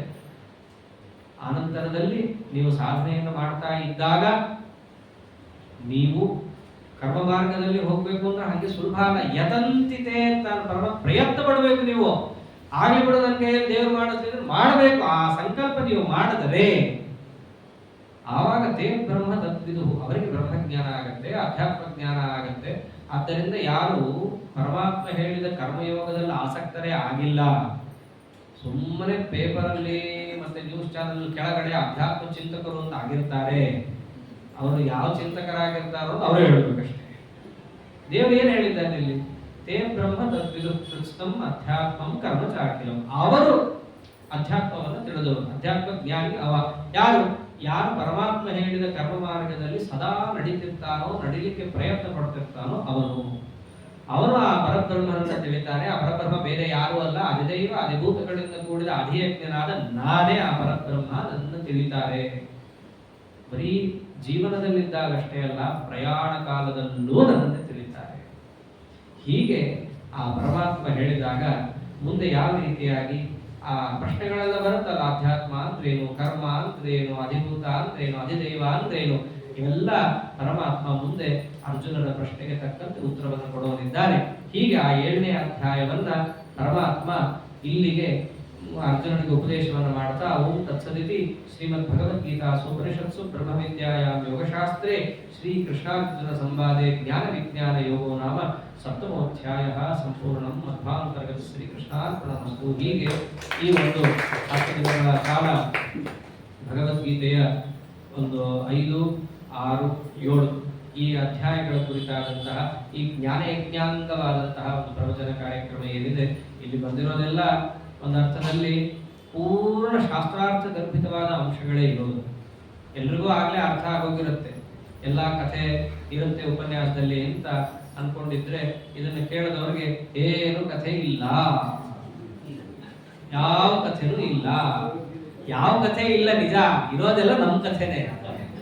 ಆದ್ದರಿಂದ ಇಂತಹ ಪರಿಪೂರ್ಣ ಅರ್ಥಗರ್ಭಿತವಾದ ರಹಸ್ಯವಾದ ಭಗವದ್ ಅನುಗ್ರಹವನ್ನು ಸಂಪಾದನೆ ಮಾಡತಕ್ಕಂತಹ ಈ ಭಗವದ್ಗೀತಾ ಗ್ರಂಥ, ಆಚಾರ್ಯರ ಭಾಷ್ಯ ತಾತ್ಪರ್ಯ, ಅದರಂತೆ ಅನೇಕ ಜ್ಞಾನಿಗಳು, ವಿಶೇಷವಾಗಿ ಮಂತ್ರಾಲಯ ಪ್ರಭುಗಳ ಗೀತಾ ವಿವೃತ್ತಿ ಅದರಂತೆ ಸತ್ಯ ಧ್ಯಾನ ತೀರ್ಥ ಶ್ರೀಪಾದಂಗಳವರು ಜಗತ್ತಿಗೆ ಅನುಗ್ರಹಿಸಿದ ಗೀತಾ ಪ್ರತಿಪದಾರ್ಥ ಚಂದ್ರಿಕಾ ಮುಂತಾದ ಗ್ರಂಥಗಳನ್ನ ಅವಲಂಬಿಸಿಕೊಂಡು ಒಂದಿಷ್ಟು ದಿನಗಳ ಕಾಲ ಭಗವಂತನ ಸೇವಾರೂಪವಾಗಿ ಮುಖ್ಯ ಪ್ರಾಣದೇವರ ಸನ್ನಿಧಾನದಲ್ಲಿ ಅವರ ಪ್ರೇರಣೆಯಿಂದ ಸಮಸ್ತ ತತ್ವಾಭಿಮಾನಿ ದೇವತೆಗಳ ಪ್ರೇರಣೆಯಿಂದ ಹರಿವಾಯು ಗುರುಗಳ ಅನುಗ್ರಹದಿಂದ ಕಿಂಚಿತ್ ಏನು ಹೇಳುತ್ತಿದೆ. ಇದರಿಂದ ಏನಾದರೂ ಕೂಡ ಒಂದಿಷ್ಟು ಪುಣ್ಯಾಂಶ ಅನ್ನೋದು ಬಂದಿದ್ರೆ ಹೇಳಿದ್ದು ಒಂದಿಷ್ಟು ಚೆನ್ನಾಗಿ ಹೇಳಿದಾರಪ್ಪ ಇವರು ಅಂತ ಯಾರಾದರೂ ಅನ್ಕೊಂಡಿದ್ದ ಪಕ್ಷದಲ್ಲಿ ಆ ಎಲ್ಲ ಒಂದು ಅಂಶ ಯಾರಿಗೆ ಸೇರಬೇಕು? ನಮ್ಮ ಪೂಜ್ಯ ಗುರುಗಳಾದಂತಹ ಅಳಗಾರಾಚಾರ್ಯರಿಗೆ ಸೇರಬೇಕು. ಏನು ಹೆಚ್ಚು ಹೇಳಿಬಿಟ್ರೆ ಎಲ್ರಿಗೂ ಕೂಡ ಹೇಳಿದ್ದೇನೆ ಬಿಡಿ ಆಚಾರ್ಯ ಅಂತ ಅಂದ್ಬಿಡ್ತೀನಿ. ಯಾಕೆಂದ್ರೆ ಎಲ್ಲ ಕೇಳಿದವರಿದ್ದಾರೆ ಇಲ್ಲಿ ಅವರ ಬಾಯಲ್ಲಿ. ಅವರು ಭಗವದ್ಗೀತೆಯ ಪ್ರವಚನವನ್ನ ಮಾಡ್ತಾ ಕೂತರು ಅಂತಂದ್ರೆ ನಾನೇ ಮಧ್ಯದಲ್ಲಿ ಈ ಶಬ್ದ ಬಹಳ ಸ್ವಾರಸ್ಯ ಇದೆ ಅಂತ ನಾವು ಹೇಳೋ ಮುಂಚೆ ಸಾಮಾನ್ಯವಾಗಿ ನಾನೊಂದಿಷ್ಟು ಅದನ್ನು ನೋಡಿರ್ತೀನಿ. ಆ ಸ್ವಾರಸ್ಯ ಇದೆ, ಆದ್ರೆ ಎಲ್ಲವನ್ನೂ ಹೇಳಲಿಕ್ಕೆ ಆಗಲ್ಲ ಅನ್ನೋ ಪರಿಜ್ಞಾನ ನನಗಿರುತ್ತೆ. ಅದು ನಮ್ಮ ಆಚಾರ ಹಾಗಲ್ಲ. ತಾವು ಅನುಭವಿಸಿ ಆ ಅನುಭವದ ಅಮೃತ ರಸವನ್ನ ಜಗತ್ತಿಗೂ ಕೂಡ ಉಣಬಡಿಸುತ್ತಿದ್ದಂತಹ ಮಹಾಸಮರ್ಥರು. ಅಂಥವರು ಇದನ್ನೇ ಹೇಳಲಿಕ್ಕೆ ಸಮರ್ಥರು. ಅಂಥವರ ಪಾದೋಪಸರ್ಪಣದ ಪ್ರಭಾವದಿಂದಾಗಿ ಕಿಂಚಿತ್ ಈ ಭಗವದ್ಗೀತೆಯ 2 ಅಕ್ಷರವನ್ನ ತಿಳಿಯೋದು, ತಿಳಿದಿದ್ದನ್ನ ಹೇಳೋದು ಅನ್ನೋ ಭಾಗ್ಯ ಒದಗಿದೆ ಅಂತ ಹೇಳ್ತಾ ಅವರ ಪಾದಸ್ಮರಣೆಯನ್ನ ಪುನಃ ಮಾಡ್ತಾ ನಾವು ಮಾಡ್ತೀವಿ. ಆದ್ರೆ ಅವರ ಅನುಗ್ರಹ ಆಗಿದೆಯೋ ಇಲ್ವೋ ಅಂತ ಹೇಳಿ ನಮಗೆ ಗೊತ್ತಾಗೋದು ಹೇಗೆ? ಅದಕ್ಕೋಸ್ಕರವಾಗಿ ನಮ್ಮ ಪೂಜ್ಯ ಅಜ್ಜಿ ಆಚಾರ್ಯರಾಗಿ ಅವರು ಹೊಸಕೆರಳ್ಳಿ ನಮ್ಮನೆ ಪಕ್ಕದಲ್ಲೇ ಇರೋರು. ಆದ್ರೆ ಇದು ಎಂಥ ಸಮಯ ಅಂದ್ರೆ ಇದು 6:30 7:30 ಅಂತ ಏನು ಇಟ್ಟಿದ್ದಾರೆ. ಇದು ಒಳ್ಳೆ ಅಡಿಗೆ ಮಾಡೋ ಸಮಯ ಇದು ಮನೆಯಲ್ಲಿ. ಪಾಪ ಅಷ್ಟಿದ್ರೂ ಕೂಡ ಇಲ್ಲ ನೀ ಹೇಳ್ತಿದ್ದೀಯಾ ಅನುಗ್ರಹ ಮಾಡ್ಲಿಕ್ಕೆ ನಾ ಬರ್ತೇನೆ. ಅವ್ರು ಕೇಳದಿರೋ ಉಪನ್ಯಾಸ ಇದೀನ್ರಿ, ಏನ್ ಕೇಳಿಲ್ಲ ಅವರು, ಎಲ್ಲ ಕೇಳಿದ್ರು. ಹೇಳಿದ್ರಲ್ಲ ಜಗನ್ನಾಥದಾಸರು ಬಾಲಕನ ಕಲಭಾಷೆ ಜನನಿಯು ಕೇಳಿ ಸುಖ ಪಡುವಂತೆ ರಘುವೇ ಲೋಲ ಮಗುತನು ಮಾಡುತ್ತಿಯ ಸಂಸ್ಕೃತಿಗೆ ಹಿಗ್ಗುವನು ಅಷ್ಟೇ. ಹಾಗೆ ಹೇಳುವಂತಹ 2 ತುದುರು ನುಡಿಯನ್ನು ಕೇಳಿ ಹರಸಲಿಕ್ಕೆ ಬಂದಂತಹ ಅವರಿಗೂ ಕೂಡ ಅನಂತ ದೀರ್ಘದಂತ ಪ್ರಣಾಮಗಳನ್ನ ಸಲ್ಲಿಸಿ, ಹಾಗೆ ನಮ್ಮ ಮಾತಾಪಿತೃಗಳಿಗೂ ಕೂಡ ಸಲ್ಲಿಸಿ, ಅದರಂತೆ ನಮ್ಮ ಆಚಾರ್ಯರು ಗುರುಗಳು ಜಲಹಾಳಾಚಾರ್ಯರು ಅವರು ಭಗವದ್ಗೀತೆ ಪ್ರವಚನದ ಮಂಗಳದಲ್ಲೇ ನಮ್ಮ ಆಚಾರ್ಯ ಅವ್ರಿಗೆ ಶಿಷ್ಯರಾಗಿದ್ದು. ಗೀತಾ ಅಂತಂದ್ರೆ ನಮ್ಮ ಆಚಾರ ಅಂದ್ರೆ ಗೀತಾ ಅಂತ ಆಯ್ತು. ನಮ್ಮ ಆಚಾರ ಜಲಹಾಳಾಚಾರ್ಯ ಗೀತಾ ಅಂತಂದ್ರೆ ಅವರು ಕೂತಲ್ಲ, ನಿಂತು ಮೈಕ್ 3 ಕಡೆ ಇಟ್ಕೊಂಡು ಪ್ರವಚನ ಮಾಡೋರು. ಸಿಂಹ ಹೆಂಗ ಆ ಕಡೆ ಈ ಕಡೆ ಓಡಾಡ್ತಾ ಇರುತ್ತೋ ಹಾಗೆ ಒಂದು ಸ್ಟೇಜ್ ಮೇಲೆ ಮೈಕ್ 1 ಕಡೆ ಅಲ್ಲ 3 ಕಡೆ ಹಾಕೋರು. ಅವ್ರು ನಿಂತು ಪ್ರವಚನ ಮಾಡೋರು. ಧ್ಯಾನ ಯೋಗದಲ್ಲಿ ಏನ್ ಬರುತ್ತೆ? ಆಸೀನ ಸಂಭವ ಅಂತ ಇದೆ. ಯಾಕೆ? ಏಕಾಗ್ರತೆ ಬರುತ್ತೆ ಅಂತ ಅಲ್ಲೇ ಒಂದು ವ್ಯಾಖ್ಯಾನದಲ್ಲಿ ಮಾಡ್ತಾರೆ. ಯಾರಿಗೆ ಅಂದ್ರೆ ಯಾರಿಗೆ ಏಕಾಗ್ರತೆ ಇರಲ್ಲ ಅವರಿಗೆ ಏಕಾಗ್ರತೆಗೋಸ್ಕರ ಕೂತ್ಕೊಂಡು ಧ್ಯಾನ ಮಾಡ್ಲಿ ಅಂತ ಇರೋದು. ಅಂದ್ರೆ ಕೂತ್ಕೊಂಡು ಉಪನ್ಯಾಸ ಮಾಡೋದು, ಕೂತ್ಕೊಂಡು ಇವೆಲ್ಲ ಮಾಡೋದು ಅಂತಿರೋದು. ಅವ್ರು ನಿಂತ್ಕೊಂಡ್ರು ಕೂಡ ಅವ್ರ ಮನಶ್ಚಂಚಲ ಇಲ್ಲ.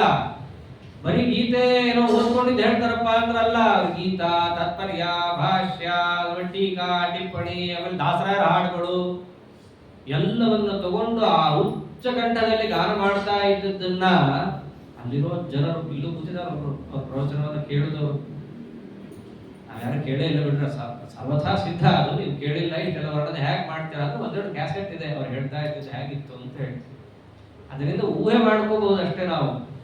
ಅಂಥ ಮಹಾನುಭಾವರ ಒಂದು ಪರಂಪರೆಯಲ್ಲಿ ಬಂದಿರೋದೇ ನಮ್ಮ ಸೌಭಾಗ್ಯ.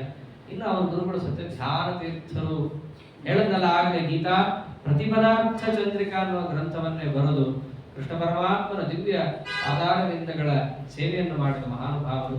ಅವರೆಲ್ಲರಿಂದಲೂ ಸ್ತುತ್ಯರಾದಂತಹ ಅನೇಕ ಜ್ಞಾನಿಗಳಿಂದ ಒಂದಿರೋ ಕಾಮಧೇನು ಕಲ್ಪವೃಕ್ಷ ಇಲ್ಲೂ ಕೂಡ ಇದ್ದಾರೆ. ಅವರು ಒಂದು ರೂಪದಿಂದ ಎಲ್ಲಾ ಕಡೆ ಅವರೇ ಇರೋದು. ಒಂದು ಅರ್ಥದಲ್ಲಿ ನೋಡಿದ್ರೆ ಪರಮಾತ್ಮನನ್ನ ಎಲ್ಲಿದ್ದಾನೆ ಅಂತ ಕೇಳಿದಾಗ ಏನು ಉತ್ತರ ಕೊಟ್ಟಿದ್ರು? ಎಲ್ಲಾ ಕಡೆ ಇದ್ದಾನೆ ಅಂತ ಅಂದಿದ್ರು. ನೀ ಎಲ್ಲಾ ಕಡೆ ಇದ್ದಾನೆ ಅಂತ ಹೇಳಿದೆ ಅಂತಾನೆ ನಿನ್ನೇ ತಗೋ ಎಲ್ಲಾ ಕಡೆ ಇಟ್ಬಿಡ್ತೀನಿ ಅಂತ ಹೇಳಿ ದೇವರು ಏನ್ ಮಾಡಿದ್ದಾನೆ? ಎಲ್ಲಾ ಕಡೆ ತಗೊಂಡೋಗಿ ಅವ್ರನ್ನ ಇಟ್ಬಿಟ್ಟಾರೆ. ಅಂತಹ ಎಲ್ಲಾ ಕಡೆ ಇಟ್ಟಿದ್ ಯಾತಕ್ಕೆ? ಕಾಮಧೇನು ಕಲ್ಪವೃಕ್ಷಗಳಾಗಿ ಯಾರು ಬರ್ತಾರೋ ಅವ್ರಿಗೆ ಆಶ್ರಯ ಕೊಡ್ರಿ. ಬರೀ ಆಶ್ರಯ ಕೊಟ್ಟು ಹಾಗೆ ಮನೆ ಕಳಿಸ್ಬೇಡ್ರಿ. ಬಂದವ್ರಿಗೆಲ್ರಿಗೂ ಕೂಡ ತಲೆಗೆ ಜ್ಞಾನ, ಹೊಟ್ಟೆಗೆ ಅನ್ನ ಇದನ್ನೂ ಕೊಟ್ಟು ಕಾಪಾಡಲಿಕ್ಕೆ ಕಾಮಧೇನು ಕಲ್ಪವೃಕ್ಷ. ಅಂತಹ ಮಹಾನುಭಾವರ ಪಾದಸ್ಮರಣೆ ಎಷ್ಟು ಮಾಡಿದರೂ ಕಮ್ಮಿನೇ. ಈ ಗೀತಾ ವಿವೃತ್ತಿಯನ್ನು ನೋಡಿದಾಗ ಅವ್ರು ಅಂದಿದ್ದಾರೆ ಭಾಷ್ಯ ಯುಕ್ತಾರ್ಥ ಸಂಗ್ರಹಂ, ಭಾಷ್ಯ, ತಾತ್ಪರ್ಯ, ಟೀಕಾ, ಅದರಂತೆ ಅವ್ರ ಮೇಲೆ ಹಿಂದೆ ಬಂದಂತಹ ಜ್ಞಾನಿಗಳು ಅವರೆಲ್ಲ ಬರೆದಿದ್ದನ್ನು ಕೂಡ ಸಂಗ್ರಹ ಮಾಡಿಬಿಡ್ತಾರೆ. ಒಂದೊಂದನ್ನೇ ನೋಡೋದಂದ್ರೆ ಬಹಳ ಕಠಿಣ, ಅರ್ಥವೇ ಆಗಲ್ಲ. ಆಚಾರ್ಯರ ಮಾತಂತೂ ಬಹುಗಂಭೀರ, ಅದಷ್ಟು ಸಂಗ್ರಹ ಮಾಡಿಬಿಡ್ತಾರೆ ಮಹಾನುಭಾವರು. ಅವರ ಬುದ್ಧಿ ಇದೆಯಲ್ಲ, ಅದಕ್ಕೆ ವಾದೀಂದ್ರ ಅಂದ್ರಲ್ಲ, ನಿಮ್ಮ ಜ್ಞಾನದ ಮುಂದೆ ಯಾವುದೂ ಅಲ್ಲ ಅಂದ್ಬಿಟ್ರು. ಅಂತಹ ಮಂತ್ರಾಲಯ ಪ್ರಭುಗಳಲ್ಲಿ ಅವರ ಚರಿತ್ರೆಯನ್ನು ಹೇಳ್ತಿದ್ರೆ ಹೇಳ್ತಾನೇ ಇರ್ತೀವಿ, ಅವರ ಜ್ಞಾನ ಪ್ರಕಾಶವನ್ನು ವರ್ಣನೆ ಮಾಡಿದ್ರೆ ಮಾಡ್ತಾನೇ ಇರ್ತೀವಿ. ಇವರೇ ಹೇಗಿದ್ರೆ ಇನ್ನು ಇವರು ಗುರುಗಳು ಸುಧೀಂದ್ರರು, ವಿಜಯೇಂದ್ರ ತೀರ್ಥರು, ಇವರೇ ವ್ಯಾಸರಾಜ ಗುರು ಸಾರ್ವಭೌಮರು. ಅದರಂತೆ ಇದೇ ಗೀತಾರ್ಥವನ್ನೇ ಕೃಷ್ಣ ಪರಮಾತ್ಮನ ಸೇವೆಯನ್ನು ಮಾಡಿದ ವಾದಿರಾಜ ಗುರು ಸಾರ್ವಭೌಮರು, ರಘುತ್ತಮರು, ಅನೇಕ ಜ್ಞಾನಿಗಳಿಂದ ಸ್ತುತ್ಯರಾದ ಆಚಾರ್ಯರ ಹೃದಯವನ್ನು ಜಗತ್ತಿಗೆ ತೆರೆದಿಟ್ಟವರು. ಗುರುಭಾವಂ ವ್ಯಂಜಯಂತಿ ಅಂತ ಟೀಕಾಕೃತ್ಪಾದರು.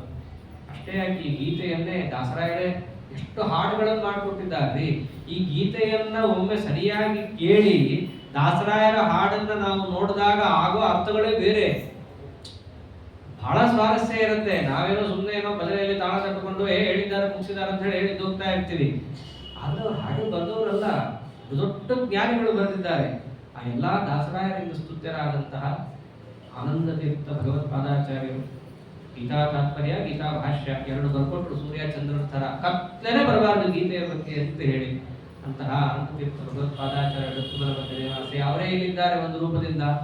ಹನುಮಂತ ದೇವರು, ಹನುಮಂತ ದೇವರ ಕೆಳಗೆ ಇವೆಲ್ಲ ನಡೆದಿದ್ದು. ಮತ್ತೆ ಭಗವದ್ಗೀತಾ ಮೇಲಿದ್ರಲ್ಲ ಕಪಿಧ್ವಜ, ಅವ್ರ ಮೇಲೆ ಕೂತ್ಕೊಂಡ್ರು, ಕೆಳಗಡೆ ಇವನು ಅರ್ಜುನ ಹೇಳೋದು ಕೃಷ್ಣ ಪರಮಾತ್ಮ. ಇವೆಲ್ಲ ಅವರ ಛತ್ರಛಾಯೆಯಲ್ಲೇ ನಡೆದಿದ್ದು.